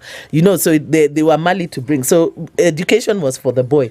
But when they begin to see the benefits in the community of educating the girl child and the state opening it up and saying, okay, fine, you don't even need to pay. We will make it free. Just bring them to school. And they begin to see the benefits. Today, girl child education, in some areas, while it may still be a problem, generally, it's not an issue. There's other social issues. Women are mothers of boys. Yes. Not just girls. That is true. And the influence mothers have, not on just children, on their sons, is immense. Yes. Let's say this, and you're right. Now, we must remember that women and men are socialized the same way. So we're not socialized differently. So the problem is also in women. So even women have to unlearn that. We must also feel worthy. We must also believe that we are equal to the task. You've understood where else? Yes, I have, because that is also a problem, because that's where this narrative of women not supporting their own, that women don't support women. But you see, that's also part of that marginalization, because you are raised when you are young, you're actually taught the minute, when we are all little kids as one, we all play together. But once you enter into puberty, the division comes. Yeah. The girls are told you can't play with the boys. The boys are gone and taught how to be men. You can't cry like a girl. You must be hard. You must be like this. And then we are taught, girls are taught that now we must be subservient to the boys, even when the boys get circumcised, even your mother now is supposed to be subservient to you because you have become a man. When Siti is leaving home, he will turn to his 5-year-old boy and say, Baba, I've now left you in charge. There is your daughter who is 18. There is your wife. there is your who. So it's a programming. People, so we need to deprogram all of us. It's actually we all need to learn why do you together. need to deprogram that? I mean, like seriously, you know, it is what Ndu has the boy talked about. Responsibility. And what about the girl? She also has responsibility. Listen, you know, it is as Ndu has said about the previous thing. You know, girls and women not even having entitlements. You couldn't open a bank account as a woman, an adult woman. You either had to have your father, your husband, your brother, and if you had none of those, maybe the chief, as in even the state did not recognize women's agency. We've got to end that. Okay, yes, okay. Thank you. We've come to the end of the show. We have to continue with this conversation. And Janet, I'm sure you agree. Yes, this is a conversation that needs to happen and to continue because it opens up a debate. Even now with the Gen Z demonstrations and all, one of the conversations that you're seeing on social media is let's do the way this constitution, let's cut costs. One of the easiest places that people are finding as a cost cutting measure, these 47 seats. Which is unfair. Why are they there? Of course, it's very unfair because women cannot be the culprits of our economic crisis. We need to continue civic education. Why is that seat there? That's the point. Yes. 8 a.m. Janet Ngubalo is a country director of Christian Aid Kenya. Daisy Mdanyi is executive director of Crown Trust. And it also emerged that some MPs have been lined up for questioning over the same. Those who recorded statements include former Nyeri Town MP Ngunjiri Wambugu, who now works as a political advisor in the office of the DP, and Munene Wamumbi, who is the private secretary of the DP. Other allies of the DP who've been summoned for grilling include Embakasi North MP James Gakuya and his Embakasi Central counterpart Major Donk. The two are suspected to have been part of a ring of individuals who directly or indirectly had a hand in the infiltration of goons during the Gen Z protests. The probe on the officials at DP Gashagua's office comes in the wake of claims of an impending impeachment of the deputy president. Nyeri Governor Mutahi Kahiga alluded of the same, warning that such attempts will be met with resistance. Where an impeachment motion is being considered against the deputy president, I would want to make it very, very clear that that is an affront towards the mountain, and it is really an attack on us as a people, and we will not take it lying, but it has its consequences. Whoever feels that that is the way to go, we kindly tell them, bring it on. We will deal with it when the time comes. Teachers under the Kenya Union of Post-Primary Education have threatened to down their tools if the government implements budget cuts on the Teacher Service Commission. Union Secretary General Okello Missouri says the reduction of 10 billion shillings will not only affect the implementation of CBC but also breach their 2021-2025 CBA contract. Teachers of Kenya and CUPET as an institution has no time to bear this anymore, and therefore the looming teacher strike must be the only remedy to this government insensitivity to the challenges facing education subsector, and most so to the welfare of teachers and to the learners of this country. NART Kisumu Branch Secretary General David Oborn on his part added that the move will as well affect the plan to permanently employ 46,000 teachers, a statement that was supported by Missouri. TSC is one of the institutions that had its budget reduced following the removal of the 2024 finance bill. There should be not any other excuse that the second phase of this CBA will not be paid. So as a union, we are saying that the teachers should be given their right, irrespective of which bill failed to pass through Parliament. Where the teacher deficit currently stands at 87,000. So you can see the kind of problem we are in. This pressure is on teachers. A section of UDA party members have come out to push for the removal of Cleophas Malala as the Secretary General. Led by lawyer Joe Halende, the group, calling themselves founding members of UDA, accuses Malala of sabotaging the party's progress and the broad-based government formed by party leader President William Ruto and his ODM counterpart Raila Odinga. And I'm here to confirm that he is no longer the Secretary General of UDA party. I, Joe Halende, will be taking over as the Secretary General of UDA party.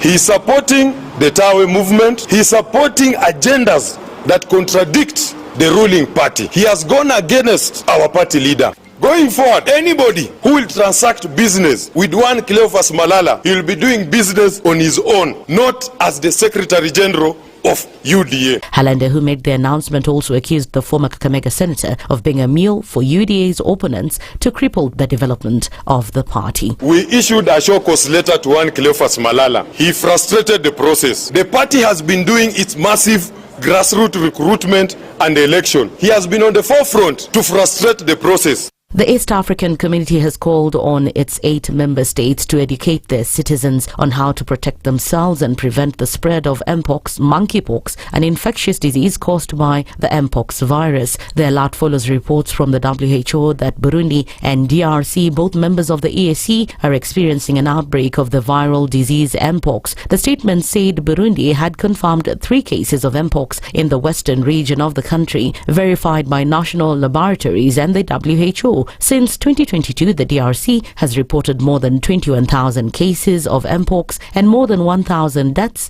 according to WHO. That's the Newswire. I'm Lea Ubaga.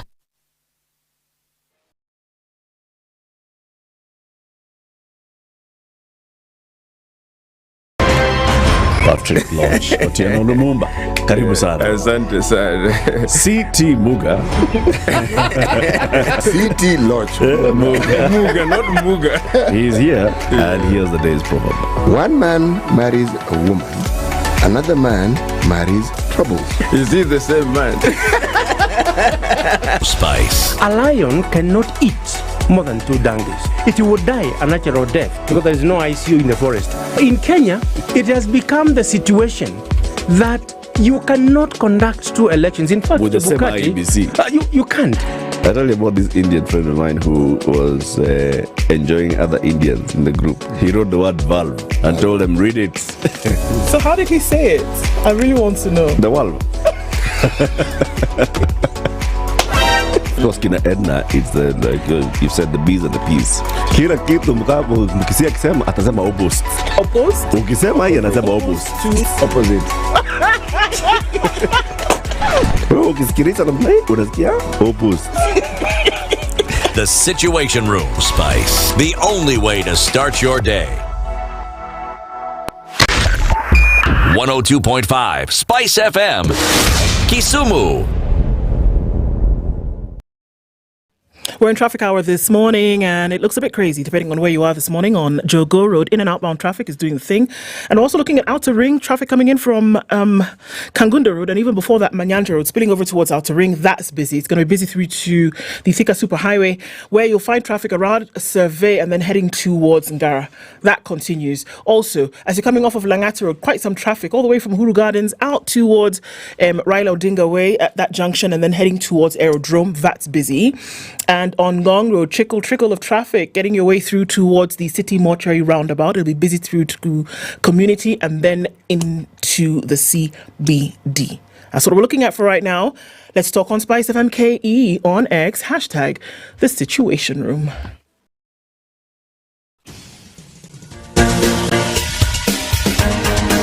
This is The Situation Room, the home of hard-hitting political commentary and penetrating insights about the state of the nation. This is a talk radio experience like no other. The Situation Room, a place for hard truths, debates, and elevated conversations. The Situation Room, witty, political, engaging, deep, controversial. In the room, we have CT Muga, researcher, academic, seasoned political observer, a fountain of wisdom in these politically uncertain times. Ndu Okoh, Nigerian by birth, Kenyan by choice, communications expert, Pan-Africanist, a truth seeker and believer in people power, and Eric Latiff, agent provocateur, the man in the chair, seasoned journalist, news hound, a man who believes in punching up, not down. This is The Situation Room, the only way to start your day. All right, so let me help you grow your money on trees. And the tree here is ke.britam.com. That's ke.britam.com.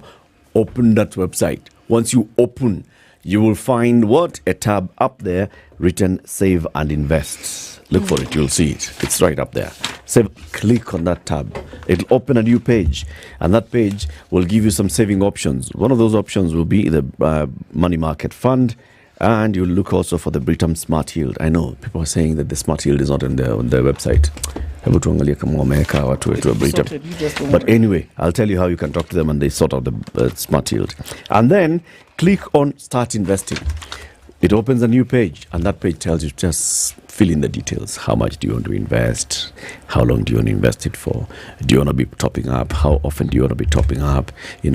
What's your idea? What's your project? What's your plan? What do you want to achieve with the money that you are saving here?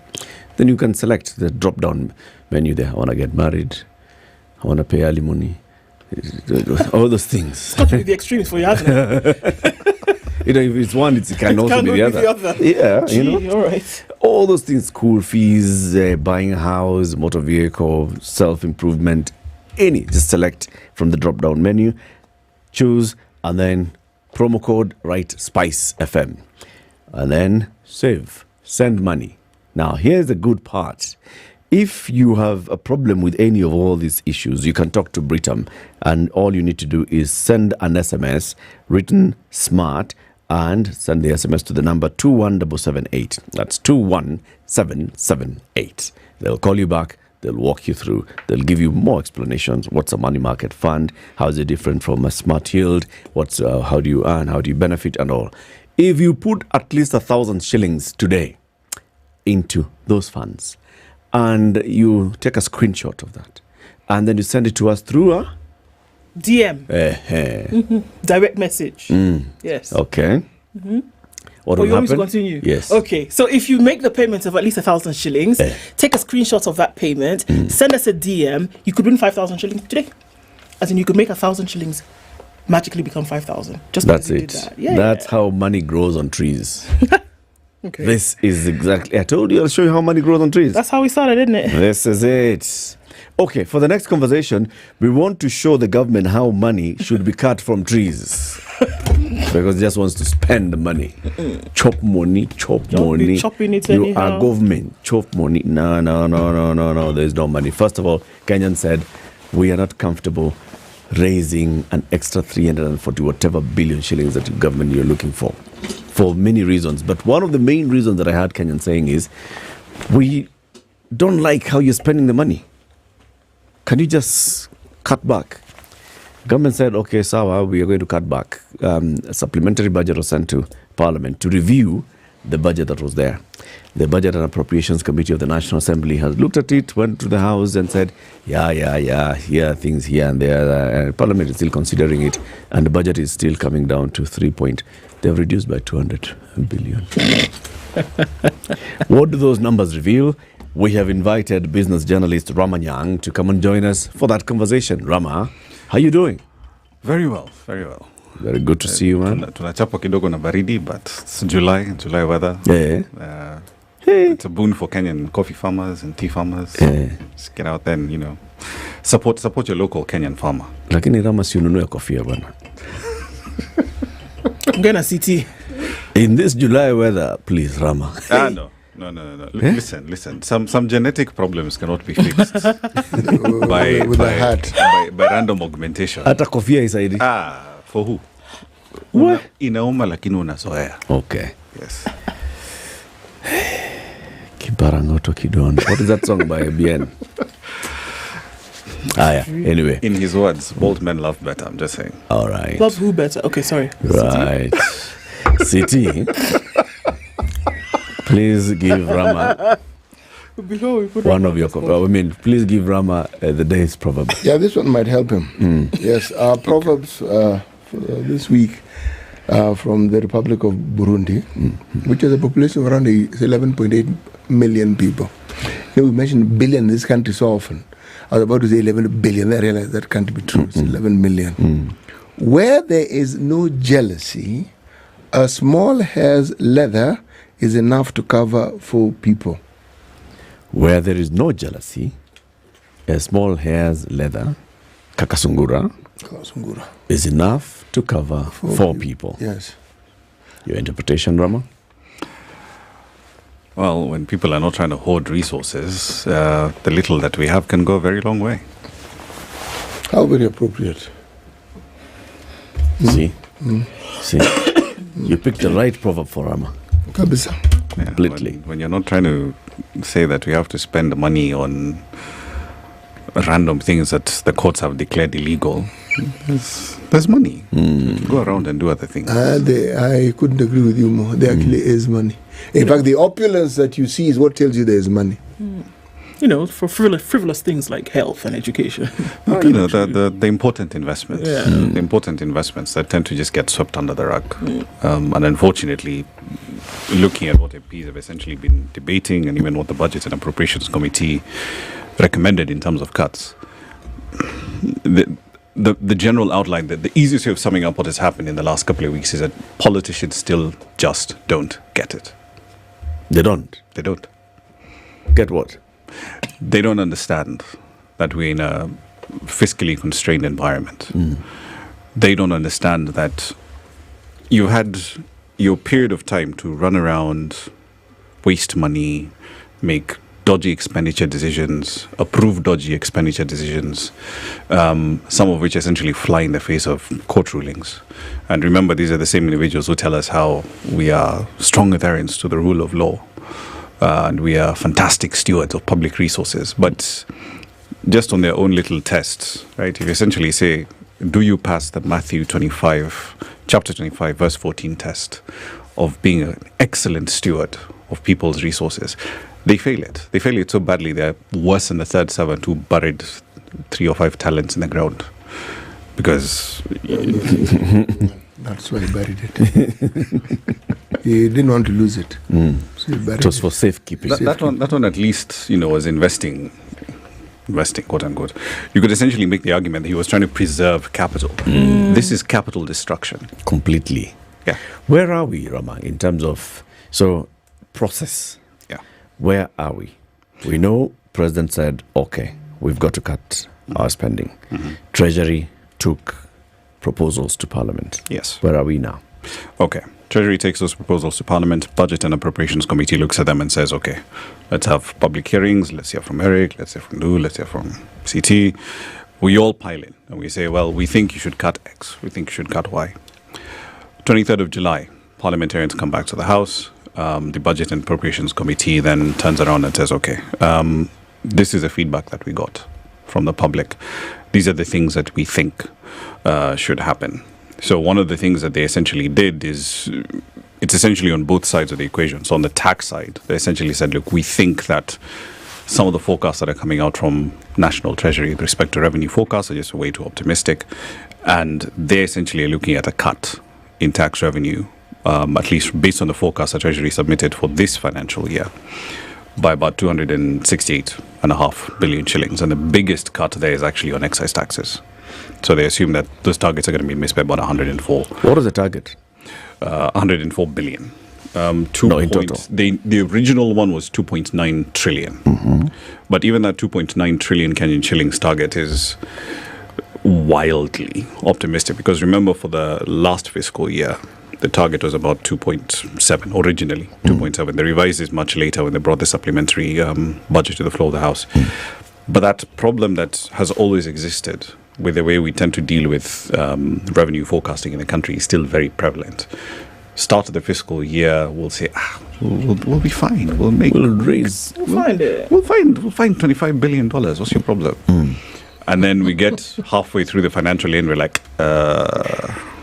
actually, maybe not. Yeah, we're not going to raise that kind of money. Then we have to cut. But you see, by that point in time, because you've committed money. Exactly, because your spending plan was already based on that 2.7 trillion revenue target. So when you miss that, your deficit goes up, so you end up borrowing a lot more. So with respect to where we now, the report has been tabled in the House. It's been debated. The supplementary appropriations bill is out. MPs have to get their hands into that. And at some point, obviously, you have to go through the processes, debate that, take it to the House on the Hill, it gets signed. So hopefully that cuts spending. So Rama, we hear from different sectors already that there's complaints that, certain things cannot happen. We've heard it from the health sector. We've heard it from education. We've heard it already from even at county level, that because of the decline to assent to the finance bill, which would have essentially activated tax mechanisms then to raise this revenue, that then certain things now cannot happen. And that's the reason that we're being given for a lot of things now, that there's going to be a whole chunk of revenue that will not then be available. Does that contribute to some of the things that you've said now? This 104 billion not there. Certain things cannot now be done because essentially there is no finance. It's a reason that's being given. President has said it on a number of occasions since June. The president, unfortunately, well, and it's not just him, but the president and a whole bunch of other people in government are using that as a distraction because they're fundamentally misdiagnosing the problem. If you say that, and this is a crude example, but if I, as an individual in my household, I say I'm going to spend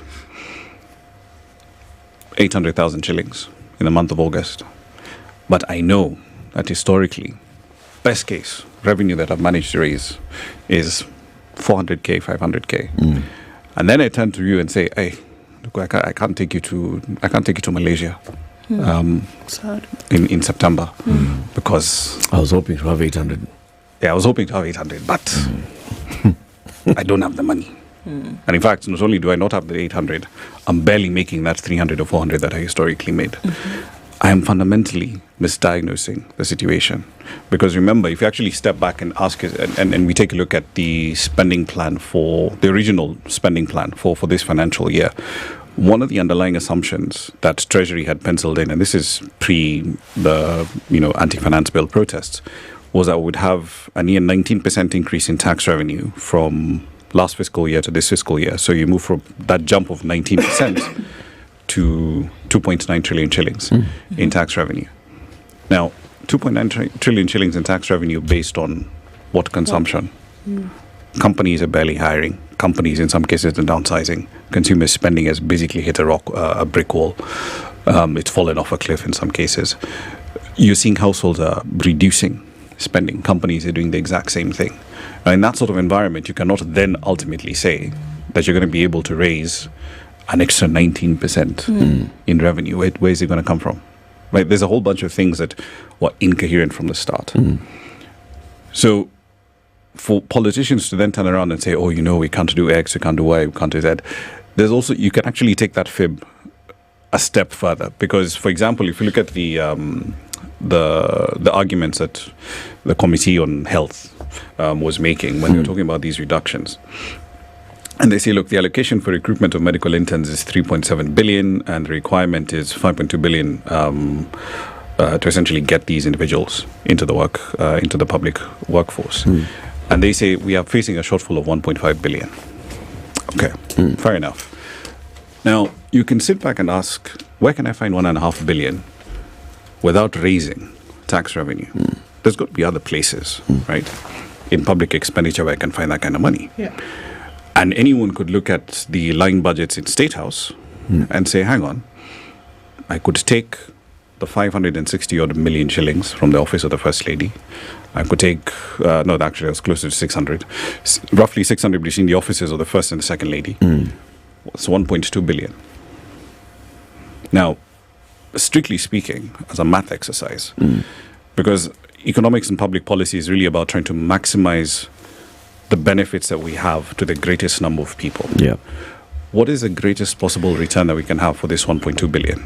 Is it spending it on these two offices, which, let's be honest, duplicate a whole lot of other functions that are being done in government and are not necessarily needed in the larger scheme of things, versus saying we want to deliver better healthcare to our employees, to our employers, because strictly speaking, the taxpayer is our employer.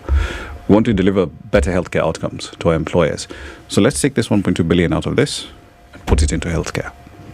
There's a whole bunch of decisions that MPs basically just flaked out on, and that's one of them.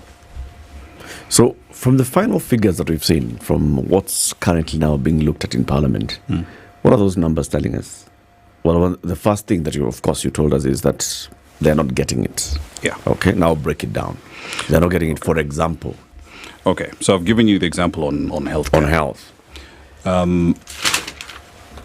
And this is a practical example. That's a practical example. So right now, the allocation to the health ministry, and this would have gone directly for training, and this is for sending medical interns to our facilities for 1 year, has a shortfall of 1.5 billion shillings. Yeah, that's essentially what they told that's what the health committee told the budget and appropriations committee. Is this after the reduction, or was it even before the reduction? That was after the reduction. So this is so the National Treasury went back to Parliament and said, let's cut this. Yes. Let's actually reduce the money that we're going to use to spend to send these medical interns across the country. Pretty much. To serve 1 year so they can become fully registered as doctors. Yeah. And it's a requirement of our laws. Mm-hmm. The Treasury said that. Pretty much. Okay. Give us another example. So there's a whole bunch of others. I mean, you can sit back and ask yourself, okay, we have all this cash that we say we want to spend.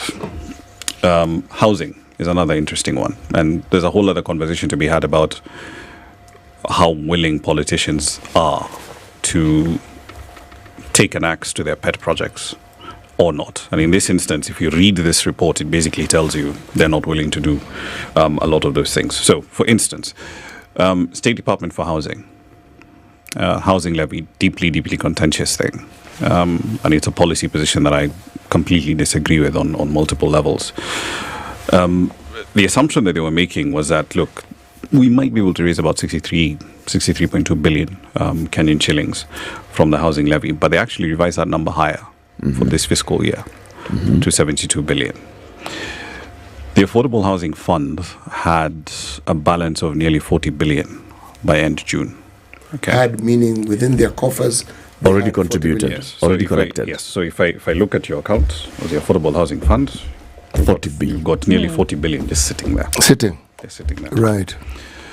Now, the counter argument they will make is, this is just routine cash flow management. Yes, we'll be collecting this money on a regular basis, but it's not always going to be going out to at the same pace, right? So in the meantime, it has to be parked somewhere, reinvest it in treasury bills, reinvest it in treasury bonds, that sort of thing.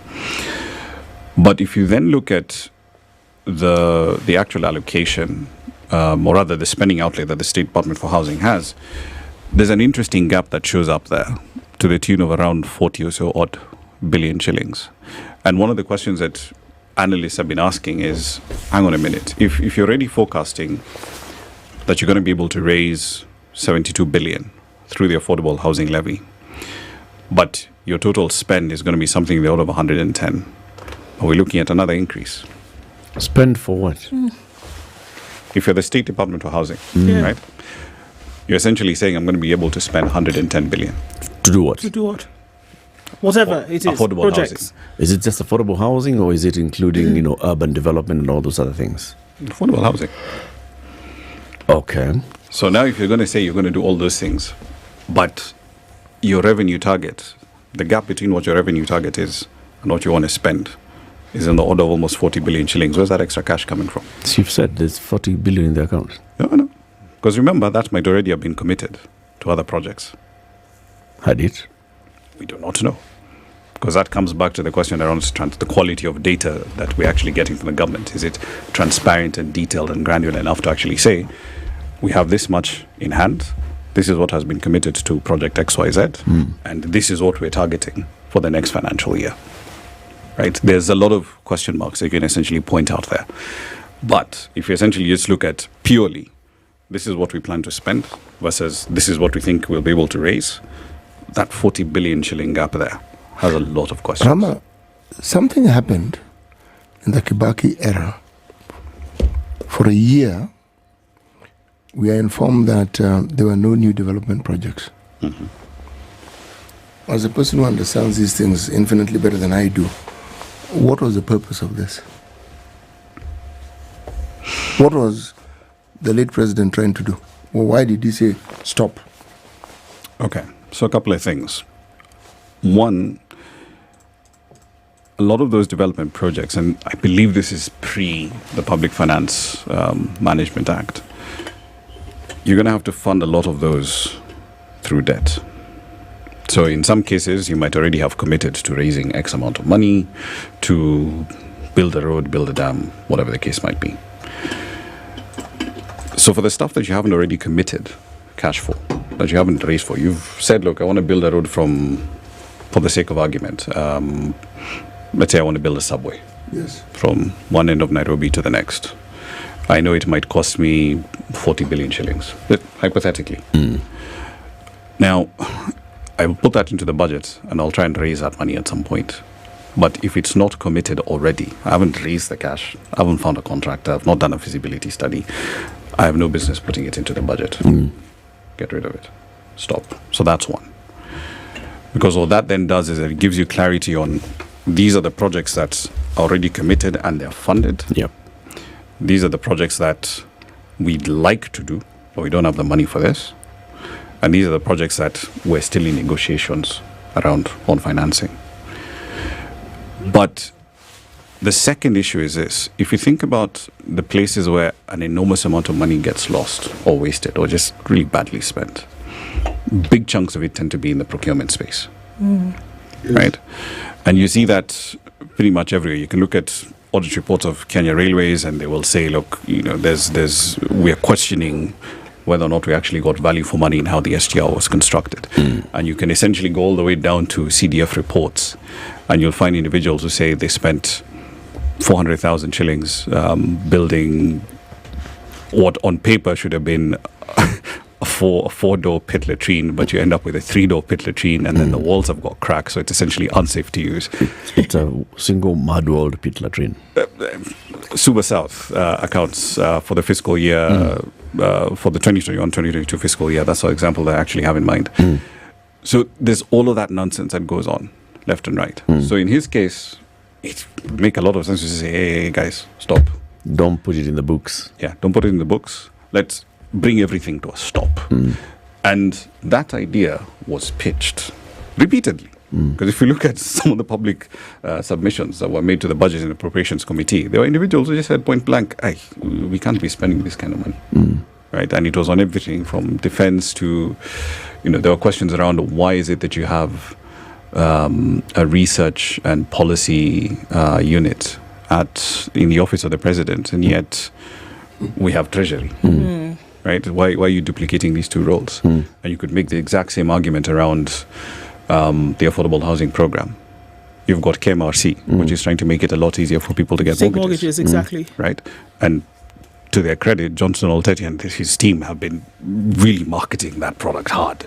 Because now I'm at a stage where a lot of us, if you go to our SACCO, we go to our banks, they'll tell you, we'll lend to you 20 years, 8%, 20 years, 9%. I'm at an age where, you have these conversations with your parents and they'll tell you, yeah, I took my first mortgage and it was at 28%. Yeah. Right? There's a big delta there. So you have KMRC that's trying to make mortgages a lot more affordable. You've got the National Housing Corporation, which is older than the country itself, because it was set up by the Brits when we were still a colony. That's essentially been trying to build houses. And then you sit back and you think, no, let's compound the problem. Let's bring in this liquidity trap and say affordable housing. And it's going to cost us the better part of 100 billion a year. Like, why? So, in short, politicians still don't get it. Let's take a break. 28 minutes to 9. Our guest this morning is Ramanyang, a business journalist. He's here. We're talking about the government austerity measures. What are the numbers revealing? The numbers are before Parliament right now. The National Assembly is looking at the supplementary budget that's been presented to it. The Budget and Appropriations Committee of the National Assembly has already presented its report. So MPs are now to make a decision on where the cuts are going to be and some areas which they will not touch, according to Rama. You can just see that they're not willing to touch them. And maybe then they will end up touching areas that affect us directly in terms of service delivery. Conversation continues shortly. This is the Situation Room, the only way to start your day. If a lion shows you its teeth, it doesn't mean it likes you. It doesn't mean it likes you. It won't start. A liar calls as witness one who is either dead or far away. Say it in this way. Below nin inte nin der ayu marqati ka dhigta. You know this character called liar. he has disturbed people. So when you tell him, who are your witnesses, he will take you to a place where it is difficult to verify. For someone like me who sweats a lot, I cannot survive there. Sweating is biblical. And you must blame it on Adam, not because Adam messed up and he was told, "No, you fellow, you, by the sweat of your brow, thou shalt eat." The Situation Room, Kenya's biggest conversation. The weather with SpiceFM. All right, so we're looking at cloudy conditions in Nairobi. Through today, we'll see highs of 22 and lows of 11. It's partly sunny at 15 in Nakuru with highs of 22, and we'll see highs of 19 and lows of 12 in Nyeri. 16 and sunny in Eldoret with highs of 21, and in Mombasa, it's partly sunny at 23 with highs of 29, and we'll see highs of 29 as well in Malindi, where it's sunny at 25. Looking into a cloudy Kakamega at 18 with highs of 26, and we'll see highs of 26 as well in Kisumu, where it's cloudy at 20. Looking into Kampala at 19, cloudy with highs of 25, and into Dar es Salaam at 22, sunny with highs of 30. And it's 6 degrees and clear in Johannesburg, going to highs of 19, while Mogadishu at 25 is sunny. We'll see highs of 28, 14 and cloudy in Addis Ababa with highs of 22, and we'll see highs of 29 in Lagos, where it's partly cloudy, and highs of 31 in a mostly clear Kinshasa at 19.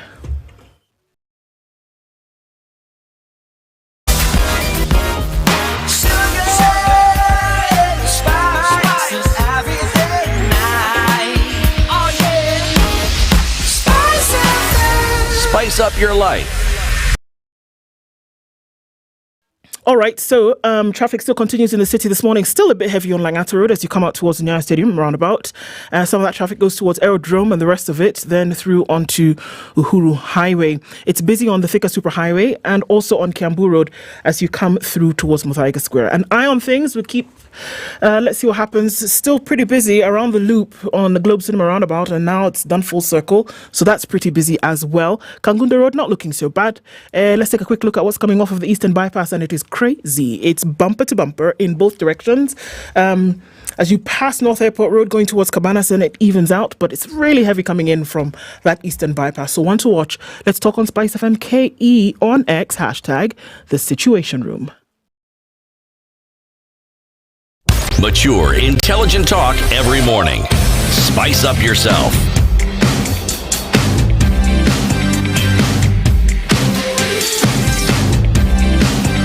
Mornings done right.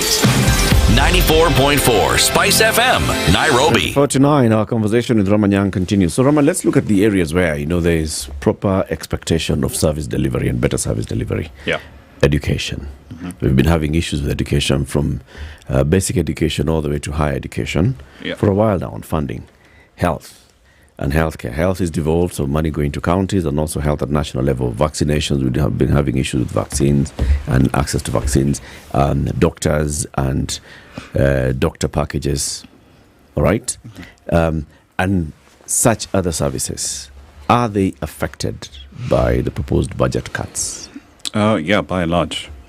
So if you essentially just go through like some of the highlights of what the Education Committee was talking about when they were essentially making the submissions to the Budget and Appropriations Committee, there's a whole bunch of things that they said they would essentially struggle to cope with. So 5.1 billion out. And they say that's going to cripple the ability of the country to run its national examinations. And there's 2 million, I believe, learners who are registered to take exams somewhere in the course of the year. There was a 10 billion shilling reduction for the TSC for implementation of the CBA for teachers. They say that's going to be jeopardized by all of this. And the proposal to shift the school feeding program for the education sector could disrupt its effectiveness. They say in supporting retention, completion rates, and school attendance. And there's merit to saying all of that. I think the question that some may come up with in response is, okay, but how much questionable expenditure is there within the education ministry? Because if the pattern that we're seeing elsewhere is one of consistent waste, then it is entirely possible that there's also waste here. There's also waste there. Why do we need to spend billions of shillings to manage a grade 6 exam? True. Actually, the question one would ask is, even if you do the maths, all these monies that are allocated to education, and we take pride in it being one of the biggest budget item we have, is all that money actually necessary? Because this is a question that I haven't heard asked very often. We just take it that it's not enough. Okay, fine. This amount of money, take whatever it is, and look at the needs that we have. Because against this need, we have schools which don't exist, and yet they seem to be registered and they receive money. Children that don't exist and yet they receive money. Entire schools, yeah. Entire schools that are supposed to exist, and yet they do not actually exist. And even if we say, for the sake of argument, I mean, there's a couple of ways of looking at it, because education needs are met by both private capital and capital sourcing in the private sector. In the public sector. But to the extent that you've already decimated through unpredictable tax policy, you keep changing tax policy or elements of the income tax, the Excess Tax Act, the VAT Act, year after year after year. So you've effectively made the country hostile to investment. So incomes have been decimated. Companies are not hiring. Companies are not paying people. Parents are already going to struggle, right, to take their kids to school. They'll still do it. We'll still prioritize educating our kids, but it'll be a struggle. But on the other side of the equation, money simply can't just be allocated left and right on the assumption that there's some sort of magical pot of gold at the end of some rainbow that only government has access to. Because sometimes this is how exactly government seems to be behaving. And even not just access to, they're the ones who have an understanding of it. I mean, the same question goes to money that is allocated to the counties. It's always not enough. And yet the Auditor General's report always tells us of monies that can't fully be explained, expenditures that can't fully be... it's not small change, okay? And aside from that, even when we are told that there's justification for the money having been used, in the years we've had devolution, that money, if we just take it at face value, that money has been used for what we are told it was. The changes would have in our counties would be immense. Actually, there's an interesting tangent that you're setting me on there. Because, again, the Budget and Appropriations Committee kept saying, we can't cut spending on XYZ because it would compromise service delivery, right? If that's the case, why are you still allocating money to the Constituency Development Fund, and yet that same CDF was very clearly stated by the Supreme Court in August 2022 to be illegal? They circumvented that with the law and called it the National Government Constituency Development Fund. Yes. So it's not a parliament fund, it's just national government running its development project, and ultimately at constituency level. At constituency and that's why level, the MP is not involved. Right. It's a constituency, which is a fib. It's like painting a donkey with white stripes and black paint, calling it a zebra, and then call it a zebra. Behold, this is not a donkey anymore. It's now a zebra. Is that then not? Is that not the notion? Then the question that must be applied for anything that speaks of expenditure from a body, from the government, from the county government. Does it not? Because yes, the auditor, focus, the Auditor General's reports, just the queries that keep coming up and that we hear about. Now, what about the ones we don't hear about and never feature? Like the ones that are never delivered on time. Yes. Rama, though the principle may be the same, is it possible for us to compare government or nations, for example, to a household, whereby you say that, look, this is what it looked like? I mean, kind of like what we did with 800,000 shillings, whatever. Yeah. Is it that we were all right, but certain factors then are contributing to us not being all right? We can't do things the way in which we used to do them before. Luxury has to be chucked out the window, or at least reduced significantly. But can you say, are there nations, do we have examples of how you say we have got to apply austerity, we have got to make sure that there are policies, economic policies, that ensure growth. You've got to make sure that there are certain principles you put in place that ensures as well that a country now is operating at surplus, which is the only way you will develop? Is it possible to actually see and say, these are ways in which it can actually be done with what you have? The one comparison, and it's a slightly unfair one because I'm essentially comparing a much more developed economy to us.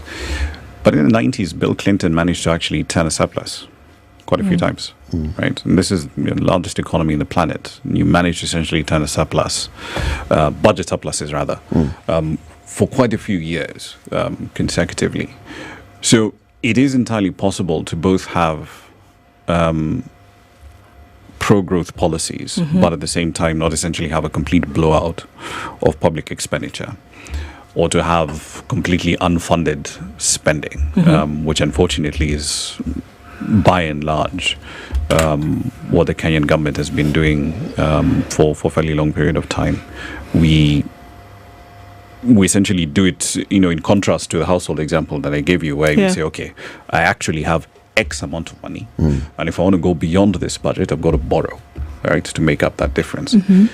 Because governments can essentially raise their money either through taxes or borrowing, arguably ad infinitum.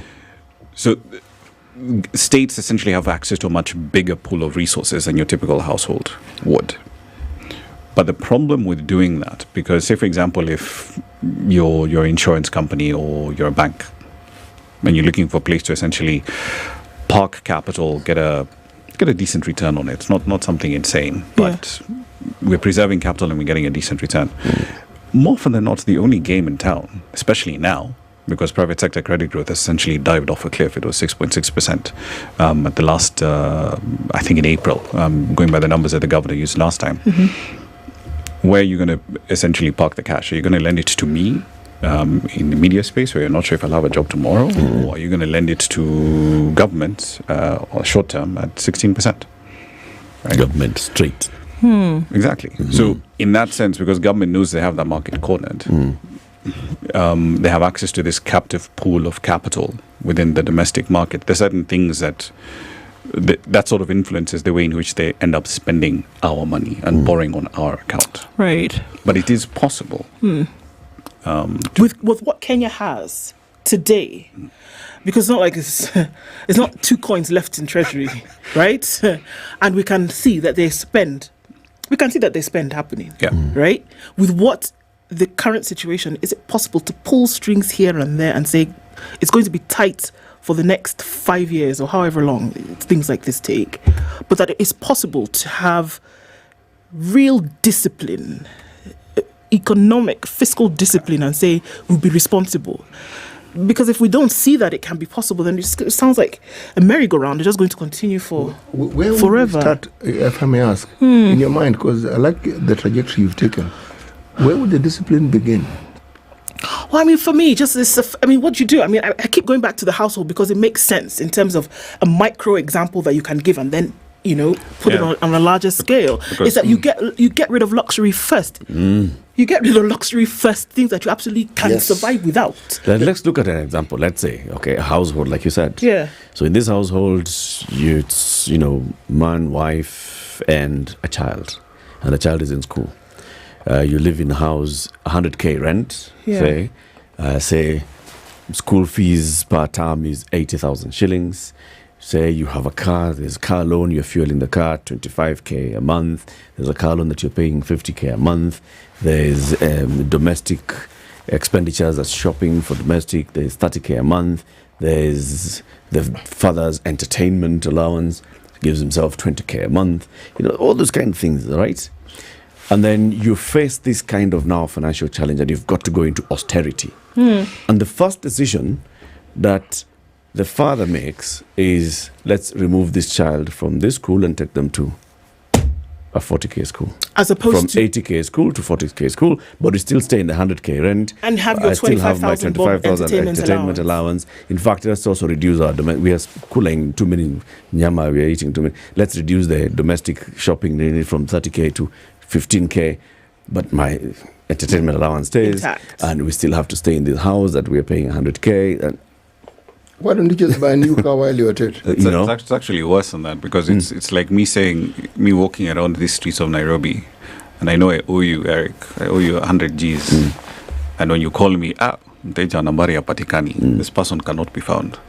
But then you look at my Instagram account, and you see me at some random lounge somewhere washing my hands with 10K booties of Johnny Walker. You're going to be like, dude, austerity where? Yeah. Right? Because essentially that's where we are. The Kenyan government is behaving like that guy who's basically buying 10K booties of Johnny Walker and washing his hands with them. You asked the question, the state of California, famous, 2 years ago, had a surplus of 100 billion US dollars. Something else was happening though. The revenue was dwindling. The fathers of that particular state continued spending. As we speak now, as of March 24th, around then, they now, from 100 billion US dollars surplus, they now had a $73 billion deficit. Okay, so now, our collections are dwindling. Clear, we can see. Yeah. Our expenditure is not dwindling. The indicator that you need to do things differently is usually simply the household rule. How much money do we have? What don't we need? Because when you have more money, there's conspicuous consumption. Yeah. Okay? What don't you need? And what must we try as much as possible to preserve? Yes. You know, as we are, what is essential? What is excess baggage? So first of all, cut off the fat until you get to the bone, and then you say, all right, so in these bones, maybe I can make soup. Slice and unfortunately, we don't. And this another example of just how MPs don't get it, right? Because there was a proposal. If you look at Parliament's budget, it's something the order of 44 odd billion shillings. And one of the proposals that was made to the committee was they were told, you guys need to cut your spending in half. And we've heard it before, you know, the MPs will say that they look at the amount of money that's been loaded onto their official cars for using this expressway. It's a ridiculous amount of money. There is no rational reason that I can think of to be paying someone the better part of 800,000 shillings a month. And then on top of that, I'm giving you a communications allowance, quote unquote, of almost 20,000 shillings a month. That's the same 20,000 shillings that I can use to be paying someone. 2 ECD teachers. Two. Priorities. What's important, what's not. Yeah. That salary is supposed to cover all those things, is it not? One would think. Ideally. But if you think about it, you know, they're throwing, why am I giving you access to a single-digit mortgage, right, when you're in Parliament, and the housing allowance at the same time? Yeah, we've forgotten about the vehicle. All those things. But MPs basically sat down and said, well, actually, the cost of running Parliament currently is more than the proposed 20 billion. Parliament's budget has been rationalised. We have made cuts to the tune of 3.7 billion. The committee has taken note of these views, and the allocation should be reviewed on a need basis. I mean, that and they've shown in the middle finger. This is a very polite way, using very many words, of just saying, yeah, we're not really going to cut anything. Yeah. We are not willing to take any serious amount of pain to actually reflect the fact that we're operating on a much smaller resource envelope. And the thing that is now becoming a much graver concern, because it's a conversation that's now coming up a lot more often in policy circles, is politicians have repeatedly shown that they don't get it at all. They don't understand the resource constraints we're in. B, they seem to think that the party can just keep going on. And if you're in a situation where you're spending 5 or 6 out of every 10 shillings that you're raising in tax revenue just on servicing debt, that debt is becoming a lot more expensive, because remember, T-bill costs have gone from 7% to about 16% in the span of less than 2 years, which is incredibly expensive. Your effective income tax base is not growing. You raised you introduced 2 new marginal tax bands on income taxes last year. Your income tax collections didn't go up by much last year. So you effectively hit a brick wall in how much you can raise in tax revenue, but you're not making a serious effort to cut your spending or to reorganize your spending. So the question now that I am facing a lot more often is, when are you guys going to start having serious conversations around restructuring your debt? And that's a painful conversation that eventually, if we maintain this trajectory, it's going to be a very painful conversation to have. Painful. To ignore what needs to be done, or to wait for the sky to fall on our heads, which is more painful? Well, both will happen. Because right now what we're doing is pretending that we can just keep parting like it's... Borrowing. But you're borrowing and you're spending money on all sorts of random things, like all this nonsense that we have with Yani unaenda kuchukua cooperative loan ili for sherehe. Yes. Instead of building a house. instead of investing in a It's business. Fuliza. Where we are at right now, so it's before Parliament. Yeah. And, it appears like the public focus has been moved from the budget conversation into everything else, into reconstituting the cabinet, into because they're holding those hearings on vetting guys. and all those things. So the public focus is sort of shifting away from that budget conversation that led us to where we got to a point where people said no to the finance bill and extra revenue raising measures. Correct. How do we bring that conversation back up? And that's one of the reasons why we invited you today, so we can bring that conversation back to the people and show them, okay, rejection of the finance bill was not an end by itself. There's still a very crucial process here that's going on. Yeah. And if you're not careful, we'll just have said, we cannot raise 346 billion shillings via tax. We're just going to borrow it and then tax you to pay it back. There's got to be... We still have to keep that pressure up, because in the same way that we spent a great deal of time and effort trying to explain to people, this is the Finance Bill of 2024. This is how it'll affect you. If you make this specific change to the Excise Duty Act, it means you're going to be spending a lot more money on when you're making payments via M-Pesa, Airtel Money, Telco Money, whatever. If you make this specific change to the VAT Act, this is how it's going to affect you. You're going to be paying more for bread, for diapers, yada, yada, yada. And manufacturers will not be able to remain in business in this specific country, and so on and so forth. And there was a marvelous civic education effort that came up around the tax side of things. Yeah. I think we'll need something similar, especially with respect to how much we're spending on XYZ. Because like I said, and I get it, reading through these entire documents can be an absolute pain. Yeah. Because if you look at the way it's formatted, like if you look at that Budget and Appropriations Committee report, the actual text part of it is probably like 20% of the document. The remainder is just reams and reams and reams of tables saying, this much for this unit, this much for this unit, this much for this unit. So unless you're actually willing to punch that data into an Excel spreadsheet and then do the math and figure out, okay, what's been cut, what's not been cut, it's going to be difficult. And the unfortunate reality is that right now, I do not think that mainstream media is in a position to actually effectively do that job. Because, newsrooms are shrinking right across the board. Yeah. And not only a newsroom shrinking, but remember, more often than not, the smallest part of most of these newsrooms tend to be the business desks. You've got people in there who are essentially overworked. You've got a million and one different things that you want to focus on, and especially now we're getting into earnings season. So there's company results coming out left and right. They just don't have the bandwidth to do this. But citizens have shown us that they actually have the bandwidth. They do. And this is what we saw with what you're saying, the civic awareness around the finance bill. Yeah. People came out and they started looking at items that were affecting them and coming out and saying, this is what we see. I was seeing the same kind of thing, with just looking at audits and what's happened. For example, there's someone on social media on X called Bonnie Mwangi. He's an economist, CPA, and a lawyer. And he has, for example, done something with Mandera County and looking at the expenditures in Mandera County. Very interesting long thread that he did. And you can follow it at Mwangi Bonnie, and Bonnie is BONNIE, Mwangi Bonnie on X. He did one.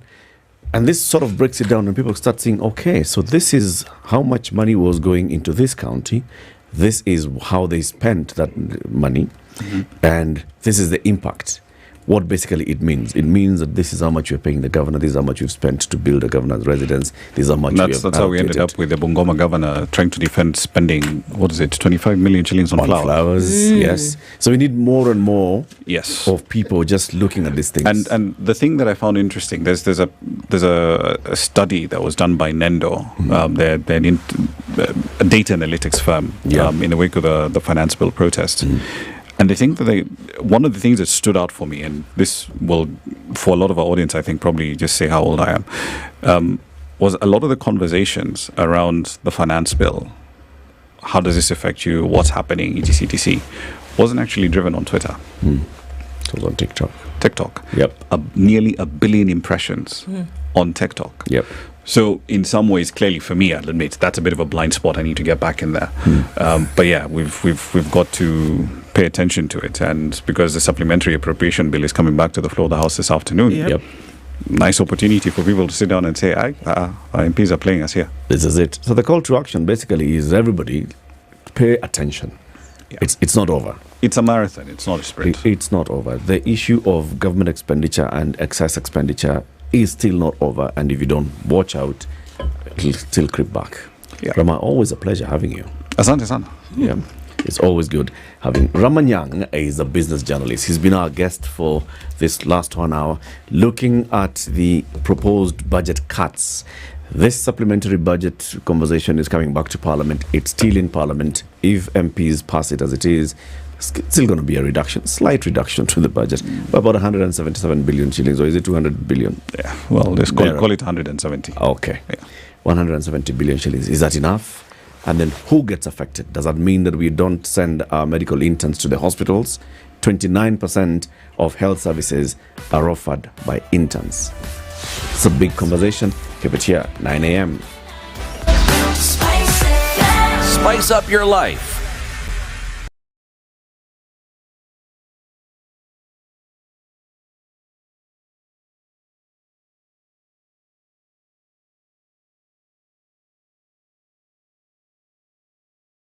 Good morning. This is the News Wire. I'm Ndu Okoh. Orange Democratic Movement nominees to President William Ruto's cabinet will formally resign today from their positions in the party ahead of the vetting. Cabinet Secretary nominees Hassan Joho of Blue Economy, Wycliffe Oparanya of Cooperatives, Opiyo&I, Energy and Petroleum, and John Mbadi Treasury were top officials in the opposition party. Both Joho and Oparanya were ODM deputy party leaders, while Mbadi, who heads to Treasury, was the National Party chairman. Ogunja MP Wandai was the ODM secretary for political affairs. The law currently only bars a cabinet secretary from being an official of the party. He or she can, however, remain being a party member. This means that the four will remain as lifetime members of the ODM party even as they serve in the broad-based government. This event comes as the vetting is set to kick tomorrow. The Independent Policing Oversight Authority says investigations into the shooting of a Kameme radio and TV journalist during anti-government protests are in their final stages. Nyeri, where Kariuki was shot 3 times in the thigh while covering the demos in Nakuru 2 weeks ago.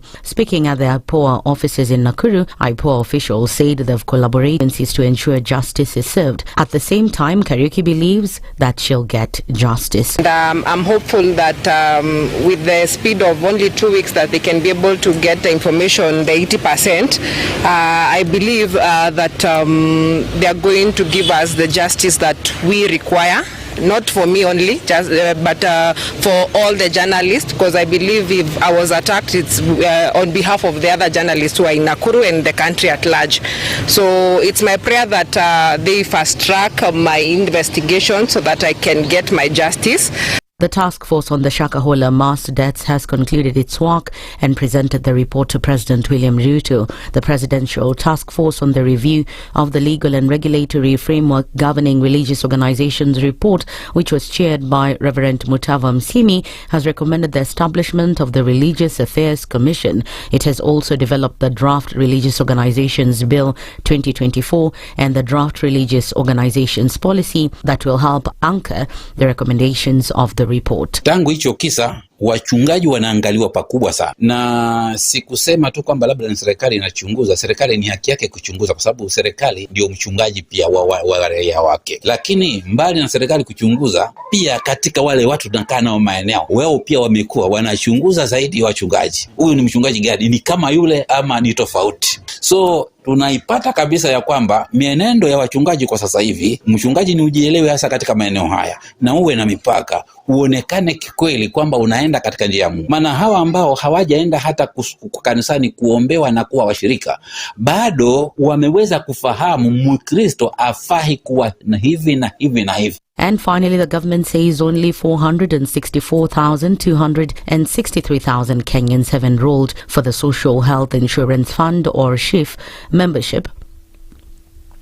Over the last 30 days, despite launching a mass registration drive early this month, the numbers fell short against a target of 15 million that was recently announced by President William Ruto. That's the Newswire. I'm Leah Ubaga.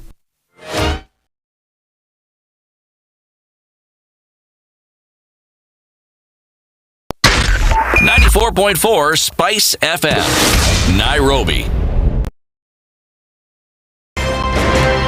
If we just gloss over issues and hope that time heals, then we might find that in generations to come, we might be back at the same situation. And the whole thing is born of stolen elections. Spice. When it comes to the decisions you make, you must be independent.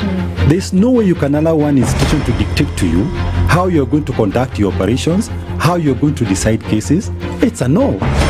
When you weaken the institution to the point where they cannot take action, then you realize that politicians have to come up and now start dealing with the issues. That conversation has to die. Our politicians do not like the hard stuff.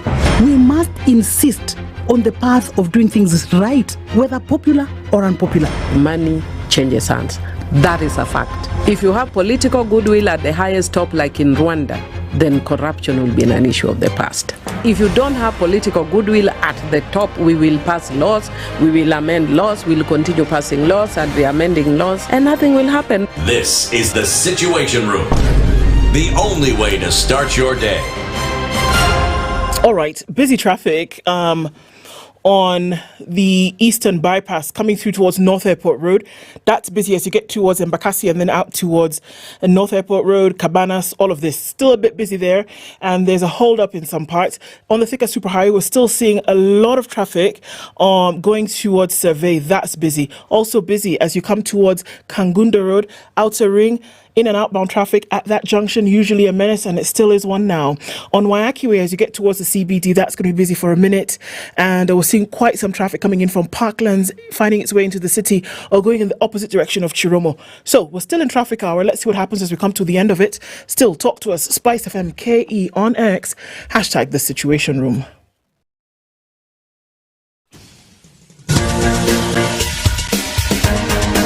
This is the Situation Room, the home of hard-hitting political commentary and penetrating insights about the state of the nation. This is a talk radio experience like no other. The Situation Room, a place for hard truths, debates, and elevated conversations. The Situation Room, witty, political, engaging, deep, controversial. In the room, we have C.T. Muga, researcher, academic, seasoned political observer, a fountain of wisdom in these politically uncertain times. Ndu Okoh, Nigerian by birth, Kenyan by choice, communications expert, Pan-Africanist, a truth seeker and believer in people power, and Eric Latiff, agent provocateur, the man in the chair, seasoned journalist, news hound, a man who believes in punching up, not down. This is the Situation Room, the only way to start your day. All right, it's 7 minutes after 9.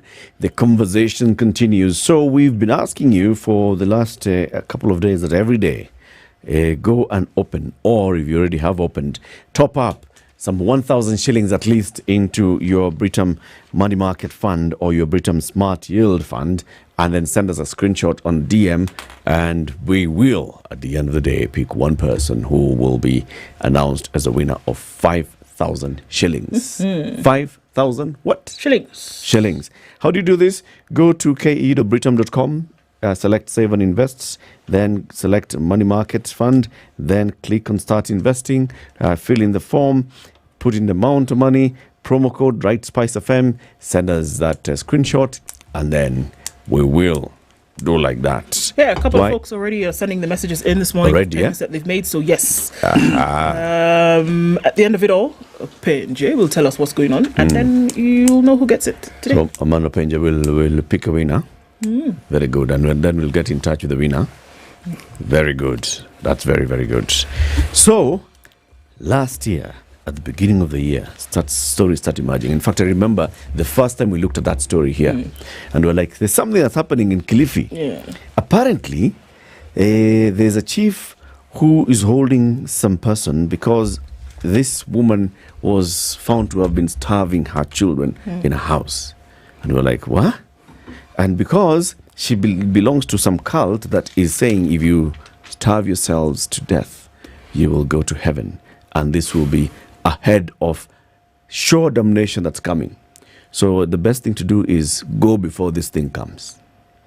And that's what she was doing. And we thought, this is completely bizarre. And then the stories continued. And Shakahola emerged. And there's been a Shakahola issue. And it became a whole different story. Investigations are ongoing.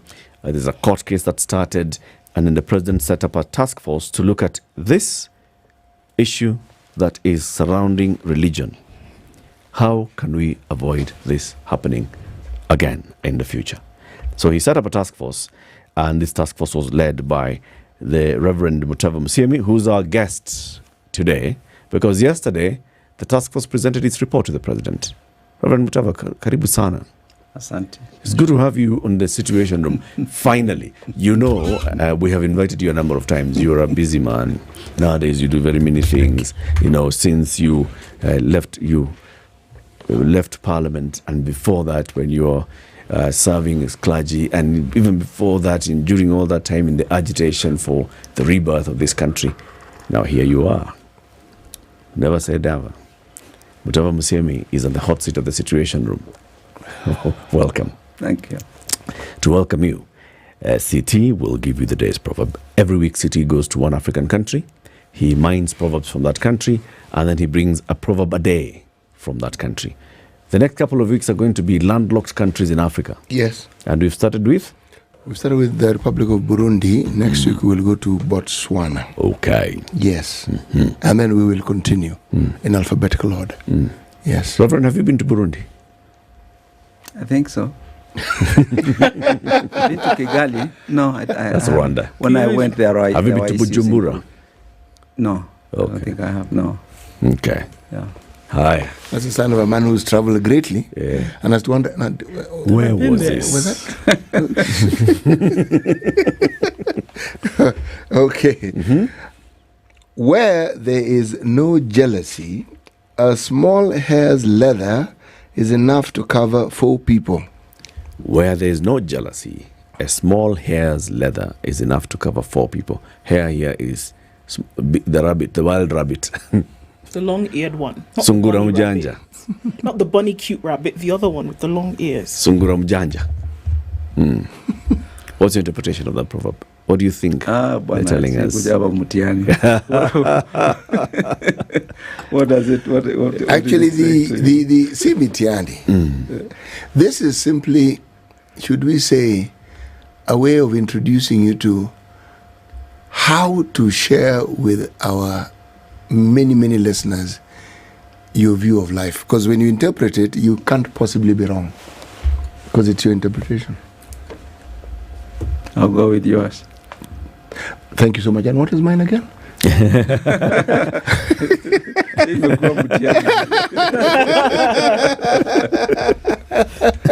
When you hear it, when you just hear it, what comes to mind? Where there's no jealousy. First of all, I was trying to figure out leather. What's that? Leather. Ngozi ya sungura. Now you see, now that's clear. Where there's no jealousy. Ngozi ya sungura. Small. Not foam. Not foam. Yes. A small ngozi ya sungura is enough to cover 4 people. Where there is no jealousy. Very profound. That is very profound. The people who have studied theology, from what I have observed, because I know some, one of the things they do, they study philosophy. And so they pontificate on issues. And we would like you to share with us the end result of this pontification. the profundity.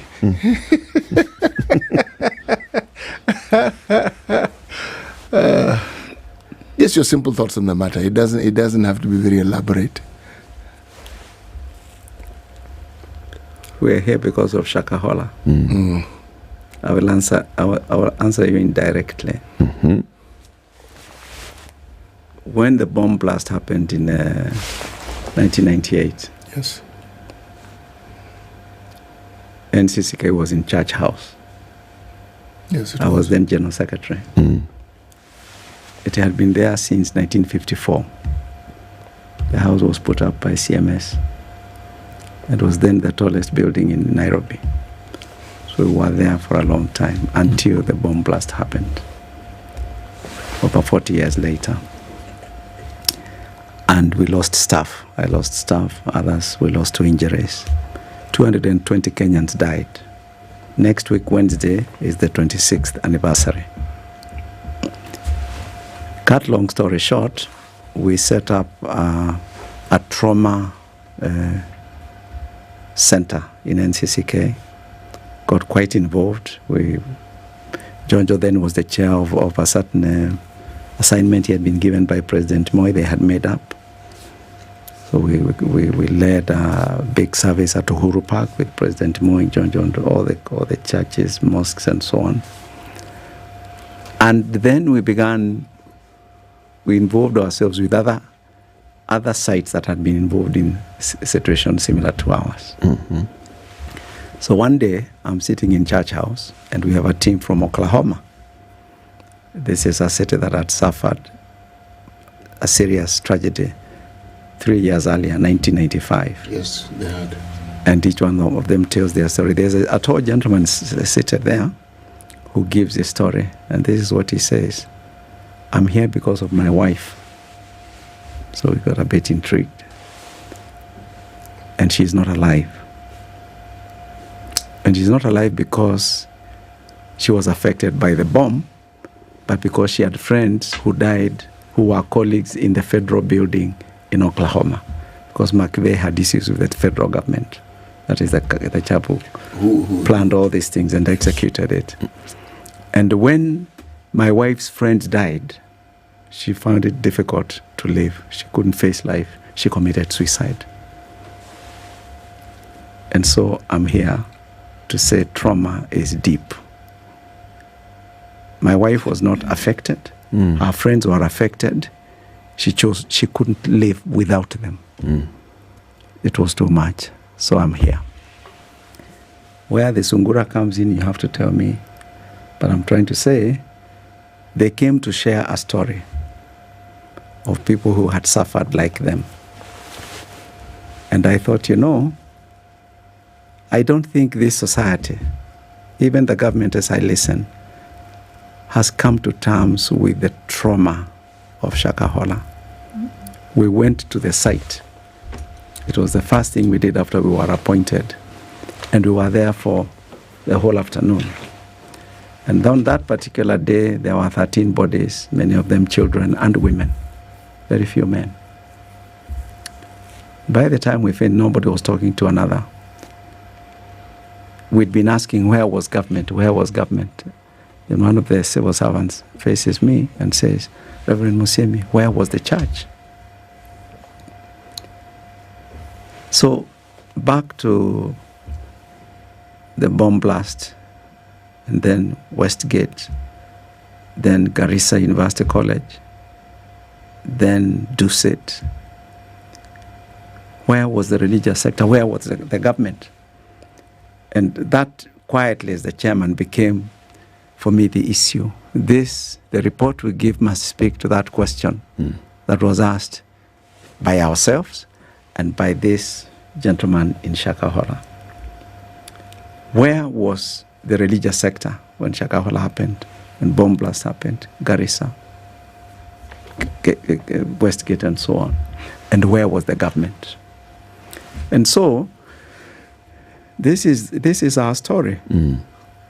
This is our story. I was told this morning that people in Kawangware are very excited about this report. Somebody told me who is well informed. He was walking up and down huko akaniambia watu. People there are very happy about the regulations that are being put, because there are many these sort of preachers in Kawangware and many other Kawangwares. People get into a bus when you are going to Busia and they begin preaching not to you but at you. Then they want sadaka.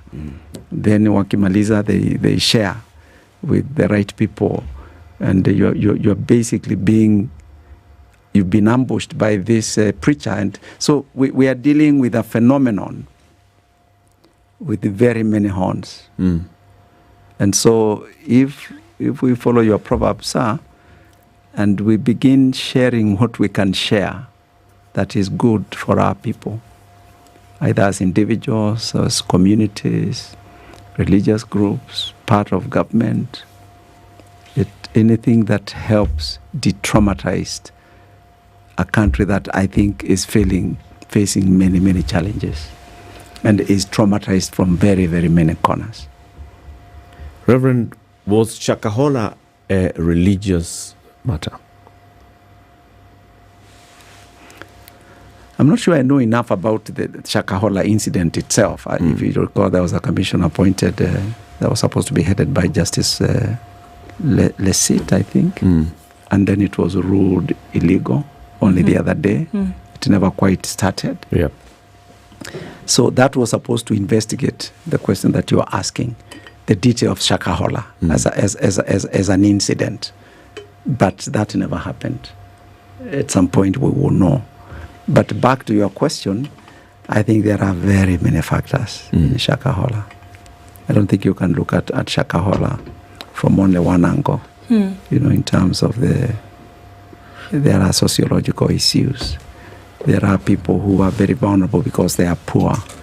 And so somebody comes in and they preaches and they see hope for their child who is sick. They are a single parent. And then they invest what they have. They go to Shakahola to start a new living, to buy a piece of land that they can start. And then they get locked into a situation they hardly understand. And before too long, they are burying somebody or they themselves are dying. Then there is failure of reporting because that's the government side. Then you are dealing with lack of a legal framework for those good-minded civil servants who want to apprehend these so-called preachers, and they can see they are not just preachers, and there isn't the enabling statute to make it possible for them to do what they want to do.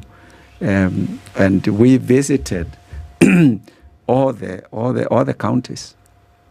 And we visited. We had sessions with all the county commissioners privately, and with the police commanders, and the intelligence, and we got information from the government side. And you can see our government has information, but it is handicapped because how do they implement? Government needs the law, the statute, to be able to do its work. So there is that side, and we thought that was our job to make a proposal to government and say, here you are. And so, I don't know whether I've answered your question. Here's another question, and there's a marrying of the two, because, for sure, one could see that there's a possibility that religion was the genesis of a lot of the things that came out of Shakahola, because people were invited to a church, they became members, or at least to this ministry, or whatever it really, really was. And as a result of that, the things that we saw came about. Now, if you go to the other thing where you mentioned that to really understand and then be able to legislate around matters, you must understand the horror of what really has gone on in Shakahola. And we who see the details every day, I don't think we've seen the half of it. I don't think we've seen really, really what has happened. By the time you're exhuming bodies of folks who've starved to death, we even hear stories of people who had not quite died and they were buried. If you put the two together, here you're talking about somebody who invited people to his church and as a result of that, starved themselves because they felt that was a gateway to heaven, who wanted their children to be healed and starved them as well. And then on this other hand, where we're talking about using religion to do so, but then understanding what really happened here. Because here you are, Reverend Musumi, and you're saying, okay, well, based on all of this, and this being one of the factors, there is a need to really regulate what happens with religious organizations in the country. Is there not a similar thread running through here that then results in what you're doing today, whereby a report has come out yesterday? What are you asking? Is it not that religion actually was the issue? Or at least the genesis from where all of this came? Of course, religion was the entry point. But you cannot really understand Shakahola from just that perspective of religion. It is the entry point, in my view. There are people who went because they were looking for land. There are 2 acres. Because there was cheap land in Chakamaranj. And they went in good faith from Kisii, Vihiga, from other places. And they found themselves victims of this. So there is the economic angle. There is, of course, the charismatic angle of these leaders who are very, very... I mean, they know how to engage. And they know how to attract their victims, because they are really victims. These are not followers, these are victims. Yeah. And so you're talking about very able preachers, you're talking about very vulnerable followers, victims. But I agree with you, there is the religious angle. And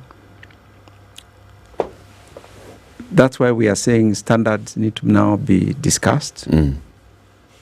We need to tighten the screws as to organizations that get registered. There's a lot of work, but that has to be done within the context of freedom of worship and association. We have had long discussions with the churches, especially, and the solution to that is through umbrella bodies, which can also be manipulated. Kenya being what it is, you can easily have a group of people who get together and they create their own umbrella body, and then they continue doing their own thing. And that's why we are saying, much as we see there is freedom of worship and association, and that these religious leaders have recommended umbrella bodies, be careful.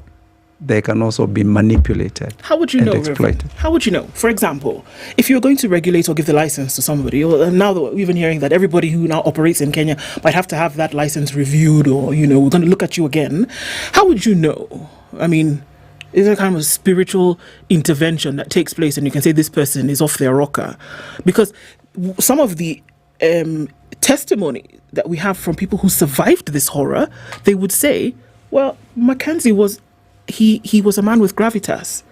The way in which he spoke to people, you would never in your life imagine that he was going to go left in any way. So if we're going forward and saying there must be regulation, there must be a revisitation of all of these things, how would you know that somebody would say something to you today and then it's not going to lead a movement where it's going to starve half its people to death? How would you know that? That's why we have recommended a hybrid solution. Don't just leave it to the umbrella bodies like NCCK, Evangelical Fellowship of Kenya. You need to create a religious affairs commission. We're proposing be manned by 9 people, 5 of whom come from the religious sector, but also people from government, intelligence, and so on, so that commission has certain responsibilities with respect to registration, because government has a lot of information. and if it is brought to that platform, and there's a question raised about a certain person who wants to register a church, and there are issues, you have the intelligence.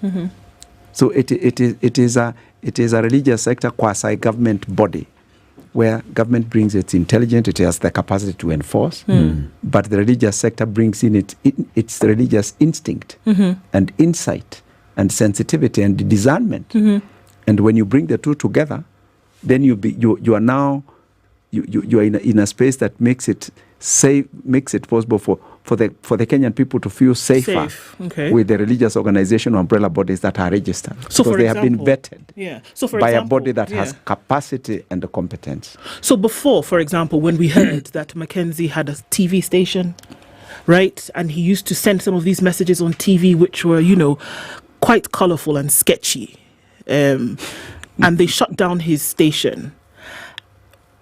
The call at that time, should there have been this body, regulatory body in place, would have been, there's no way we're going to give this fella a license to operate a church based on these things that we are saying he's saying on TV. Would that be the kind of thing that you would take into consideration with the information? Yeah, in fact, we recommended an amendment to the Act, the Communications Act, so that it gives the law makes it possible for what you are seeking to happen, to protect the vulnerable. So there is a whole raft of changes that need to be brought to the statutes that exist. At the beginning of this, I just want to look at what your task force came up with as conclusions and recommendations. So first of all, the conclusions. Number one, you said religious organizations play a vital role in shaping the socioeconomic and moral fabric of the Kenyan society. Although the Constitution guarantees the freedom of religion association, the society has witnessed incidents where religion has been used in a manner that is detrimental to individual health and safety, the public interest, and national values. There is therefore need to strike a delicate balance between safeguarding the freedom of religion and association and the imperative to protect the public good. And then you also say there is need to undertake policy, legal, institutional, administrative reforms. There is no existing policy framework for the religious sector. There is therefore need to formulate a policy framework for this sector. The governance framework for religious organizations in Kenya reveals a series of challenges and gaps that have implication on transparency. Standards and minimum certification requirements for religious organizations and leaders are critical prerequisites for the registration and monitoring of religious organizations. Civic education curricula, critical in sensitizing Kenyans. Reporting mechanisms and enforcement actions are critical in curtailing religious extremism, cultic or occultist beliefs and practices. All these things have been said in the society, all right? But always it comes into that striking that delicate balance between coming in to regulate faith and actually allowing people to practice their faith.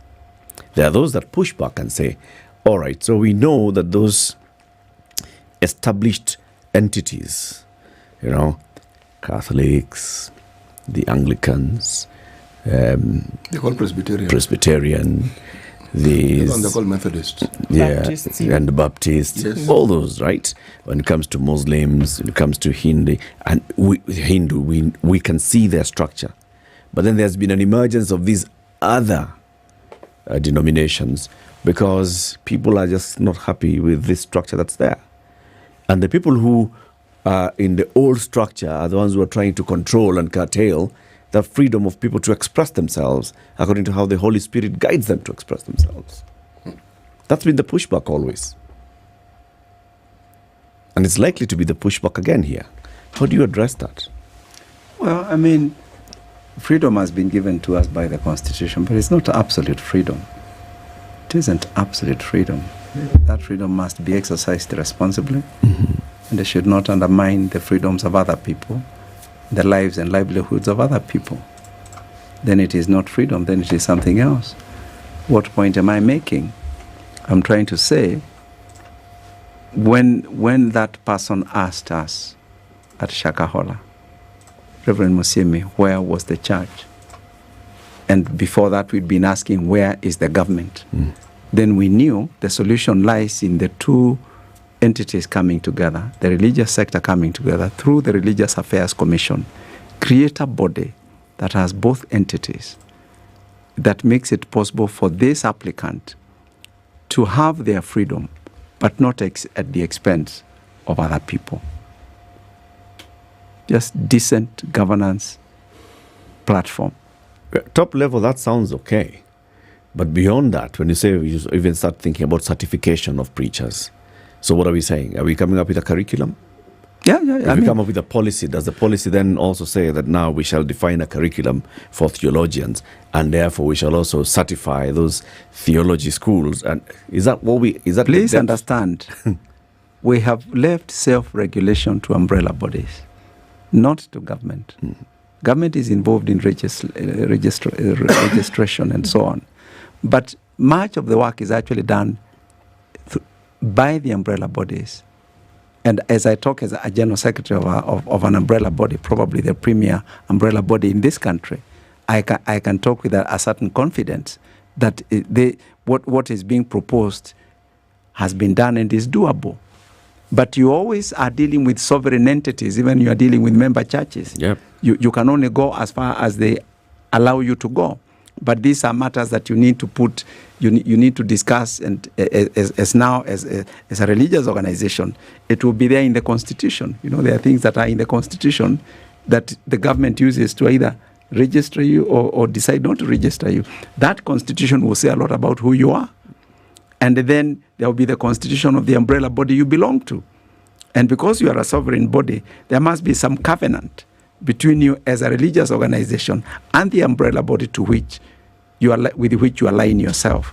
So that when time comes for a bit of discipline, encouragement, it is done voluntarily and willingly and in accordance with, in that space of freedom, but also self-regulation. So I see this as just drawing a parallel from the matatu sector, the PSV sector. Government says, if you want a PSV license, you must belong to a SACCO.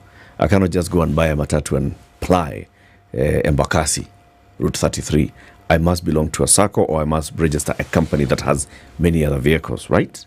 So if you are a preacher, then you must belong to an umbrella body. In our report, we have cited matatus. I didn't think you knew anything about matatus, Eric. This is very encouraging, but then you are a journalist. So I should not underrate you. So yes, that is a very good analogy.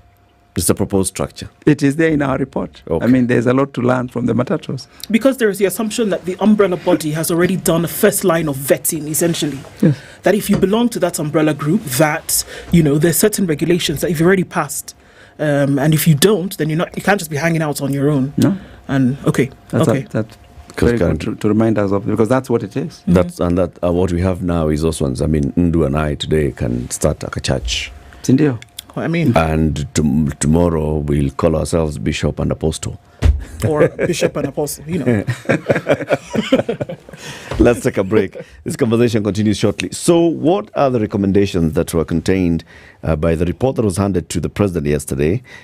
Presidential Task Force on the Review of Legal and Regulatory Framework Governing Religious Organizations in Kenya. It's a long title of a task force. What did you call yourselves? The Shakahola Religious Task Force? It's not what we call it. I think it's what people call us. Okay. It's what's more important. Yeah, what Kenyans recognize you as. The Reverend Mutava Musiemi chaired that task force, and they presented their report yesterday. We are looking at what the key recommendations were. Back shortly. This is the Situation Room, the only way to start your day. One of the things that are ailing our country is negative ethnicity. You find you as a state officer, instead of thinking as a Kenyan, you think like a tribal person. Let me tell you something. The biggest problem we have had in this country is a leadership deficit. There is nothing that you are going to do in the process of change if you are not a risk taker. So you really have to pursue your vision to a logical conclusion and even be ready to step on people's toes. When it comes to the economy, you can't run away with it. They say statistics are like bikinis. They reveal a lot, but they conceal the vitals. And so government people would throw statistics at you and tell you they're revealing a lot of information to you, but it's really concealing the real vitals.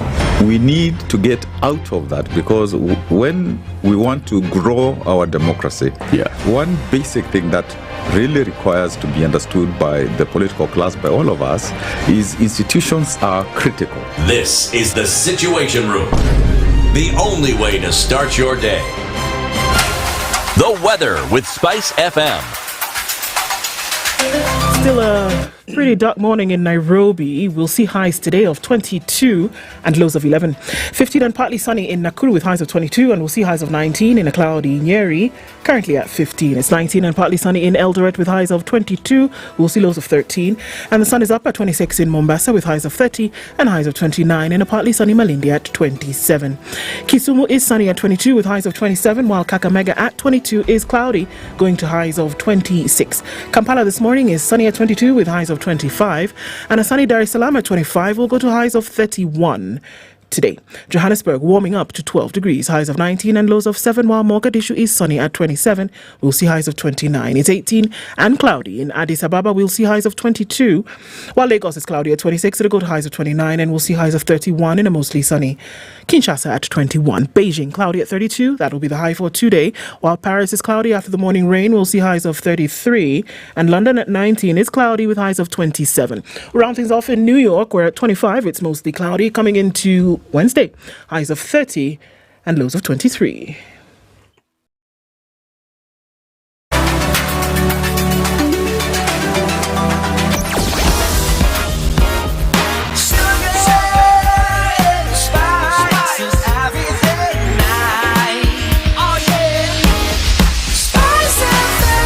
Spice up your life.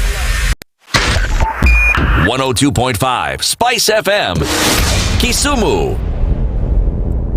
Mature, intelligent talk every morning. Spice up yourself.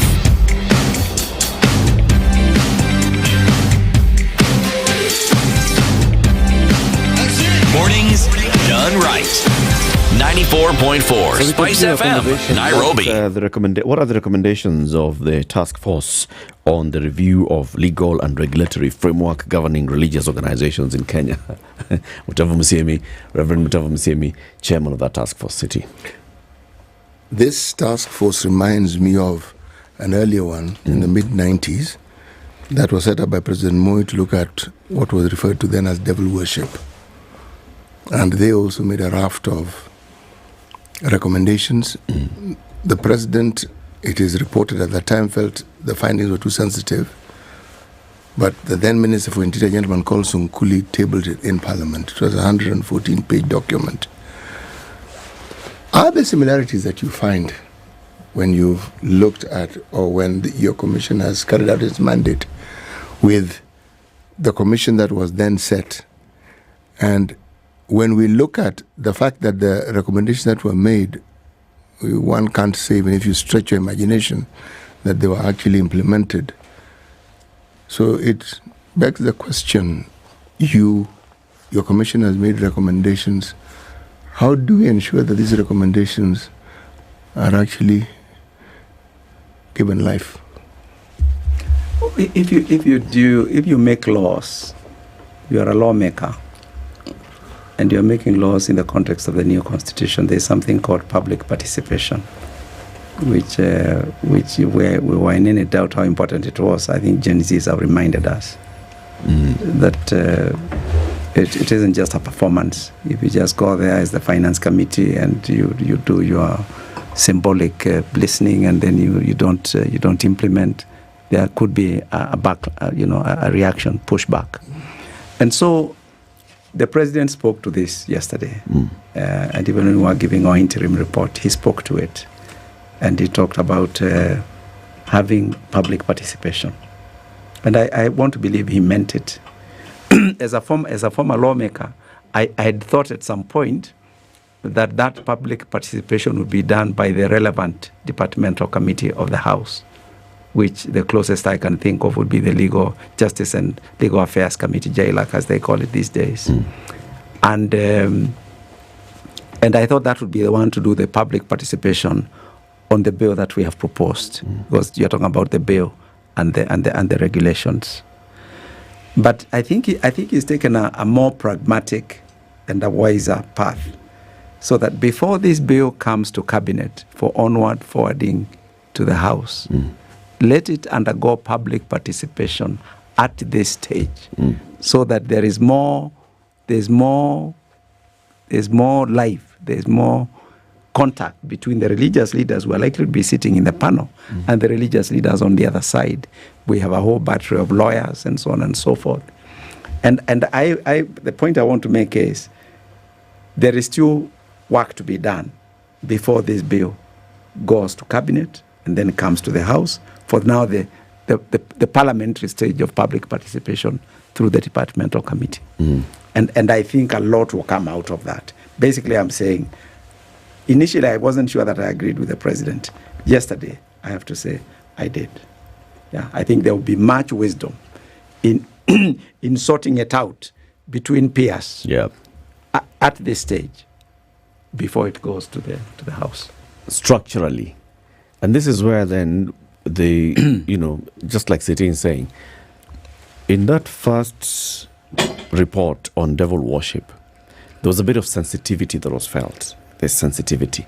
It's not the first time that issues of religions have come up and there's a bit of sensitivity, and therefore politicians look at it and they see where this is a crucial constituency, we do not want to rub them the wrong way, and they back off.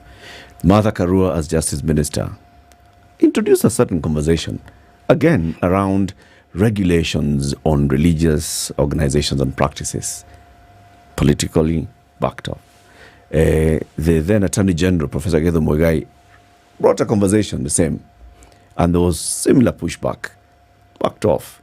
This time, even if we start now, going to the next stage, there's obviously expected to be the similar kind of backlash. Even when you're doing your public hearings, I'm sure you receive that kind of public backlash in some instances, where there would be people who say, we cannot start secularizing faith. And by saying we are regulating, this is what we are doing, we are attacking faith. Faith is it's a personal issue. And it's likely to have the same conversation. I don't think we are regulating faith. We're just making sure that freedom is not abused. Because government has a responsibility to make sure it is not abused. Because if you then protect that freedom and end up with Shakahola and you do nothing about it, you are an incompetent, irresponsible government. I couldn't put it any other way. You cannot just defend freedom and live with the Shakahola at the same time. You got to make up your mind. Yes, freedom is there, but how is it going to be exercised in a manner that the lives and livelihoods of the innocent and the vulnerable are protected? But Reverend, you can see the red flags. Of course I can. And those red flags are not even it's the red flags coming in form of the counter arguments. Eric, if I give you chicken, you wake up on that table, and you insist on eating the bones, and there is meat, it will be very difficult for me to help you. I'm giving you chicken, it has bones, it has meat. My brother, as you chew your bones, remember the meat. That is where food is. We're giving you the meat. Okay. Where would you know that somebody was going off the rails? Let's say the regulatory framework is in place, which is what is being suggested now, probably will be put into some kind of law. How would you know that then somebody was in contravention? What would it be? Because you can't be ambiguous. It can't be vague here. That there must be certain things where we say, look, if the people of the flock, of the congregation, have started to be affected in one way or another, or if you've started to speak in a certain way, then we know that there's a problem. Because more often than not, these religious gatherings are in the public domain. Unless, we have some that are hidden, then that's a totally different thing. But how would you know that this is in contravention of the regulations? And we say, CT and your church, let's have a conversation tomorrow. Otherwise, we can revoke your license. What would be those things that would stand out and would say, this is going south? In the many meetings we had with the police and the intelligence and the church leaders and everybody, the one thing that came out is the task force needs to name the crime. What is the crime?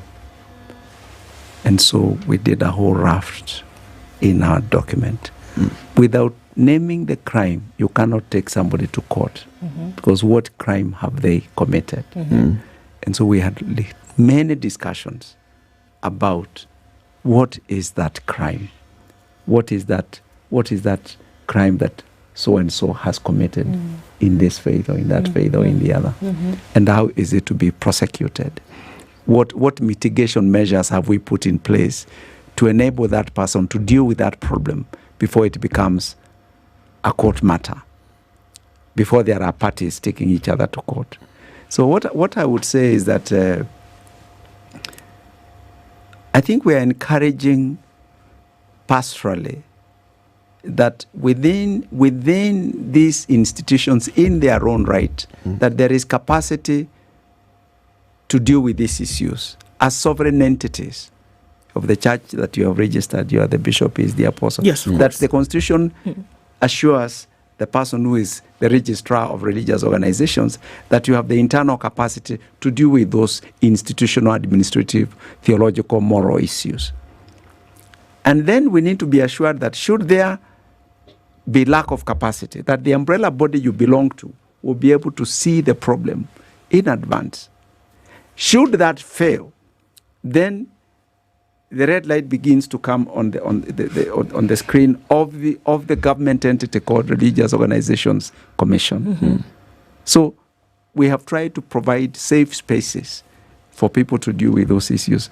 But let me tell you, you are also dealing with people whose understanding of the role of faith is not yours or mine. And that's where the issue of cult comes in. You get, normally cult, it's this individual. So it's around this individual. It's not an apostle with a bishop and so on, where it's a collegial institution.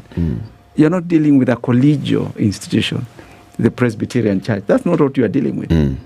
You know, you're dealing with one individuals person who has total control over finances, the constitution, and sometimes the lives of followers, their budget, their priorities. It's a very intrusive, becomes very, very intrusive use of faith, which is the problem you are dealing with. So what I'm saying is, go back to the structures that we have proposed, that this church that you have registered has a constitution. Before it is registered, we are assured that it has the capacity to deal with those things. And then it belongs to an umbrella body that holds it to account at peer level. Who licenses churches today? Yes. It's a Societies Act, and it has a lot of gaps. That's one of the studies we did. It is the Societies Act, the same society that the same act that registers Busia Volleyball Network in Matthias. It's the same one that registers our church with, what are we calling it? Revival Flames. Holy Ghost Fire. Freedom United. Church. So you did have some benchmarking trips. You went to Tanzania, the USA, Rwanda, and the UK. And you were looking at, just to see best practice and what those ones are also doing. What did you what did you see? Well, it's in the report. I mean, when you're doing a report like this, you've been given the assignment by the highest authority in the land, and you know that if it makes sense, it will end up in the highest policy-making body in the country. That's the cabinet. Then it will end up in the in Parliament. When you're doing a thing like that, you can't just go to Busia and go to Kisumu and that's it. It's enough. You go to relevant jurisdictions. Other relevant jurisdictions. So we chose 4 because that's what the funds could allow because of the genocide. We felt we should go to Rwanda and ask ourselves how government dealt with the issue of religion, because the church was not entirely innocent. It kept getting mentioned around the genocide story in Rwanda. We chose to go to Tanzania because it's a neighbor. Tanzania there's a lot to learn from neighbors all the time. And there's a lot of spillover as well. A lot of spillover. And because it has a stronger Muslim component than we do, they are part of government in a manner, in a very structured way because of Zanzibar. So we felt we should go and see what lessons we could learn. We went to the States because of Oklahoma, because of 9/11, because of all those experiences. And we went to the UK. I actually led the delegation to the UK because UK is an interesting place. I followed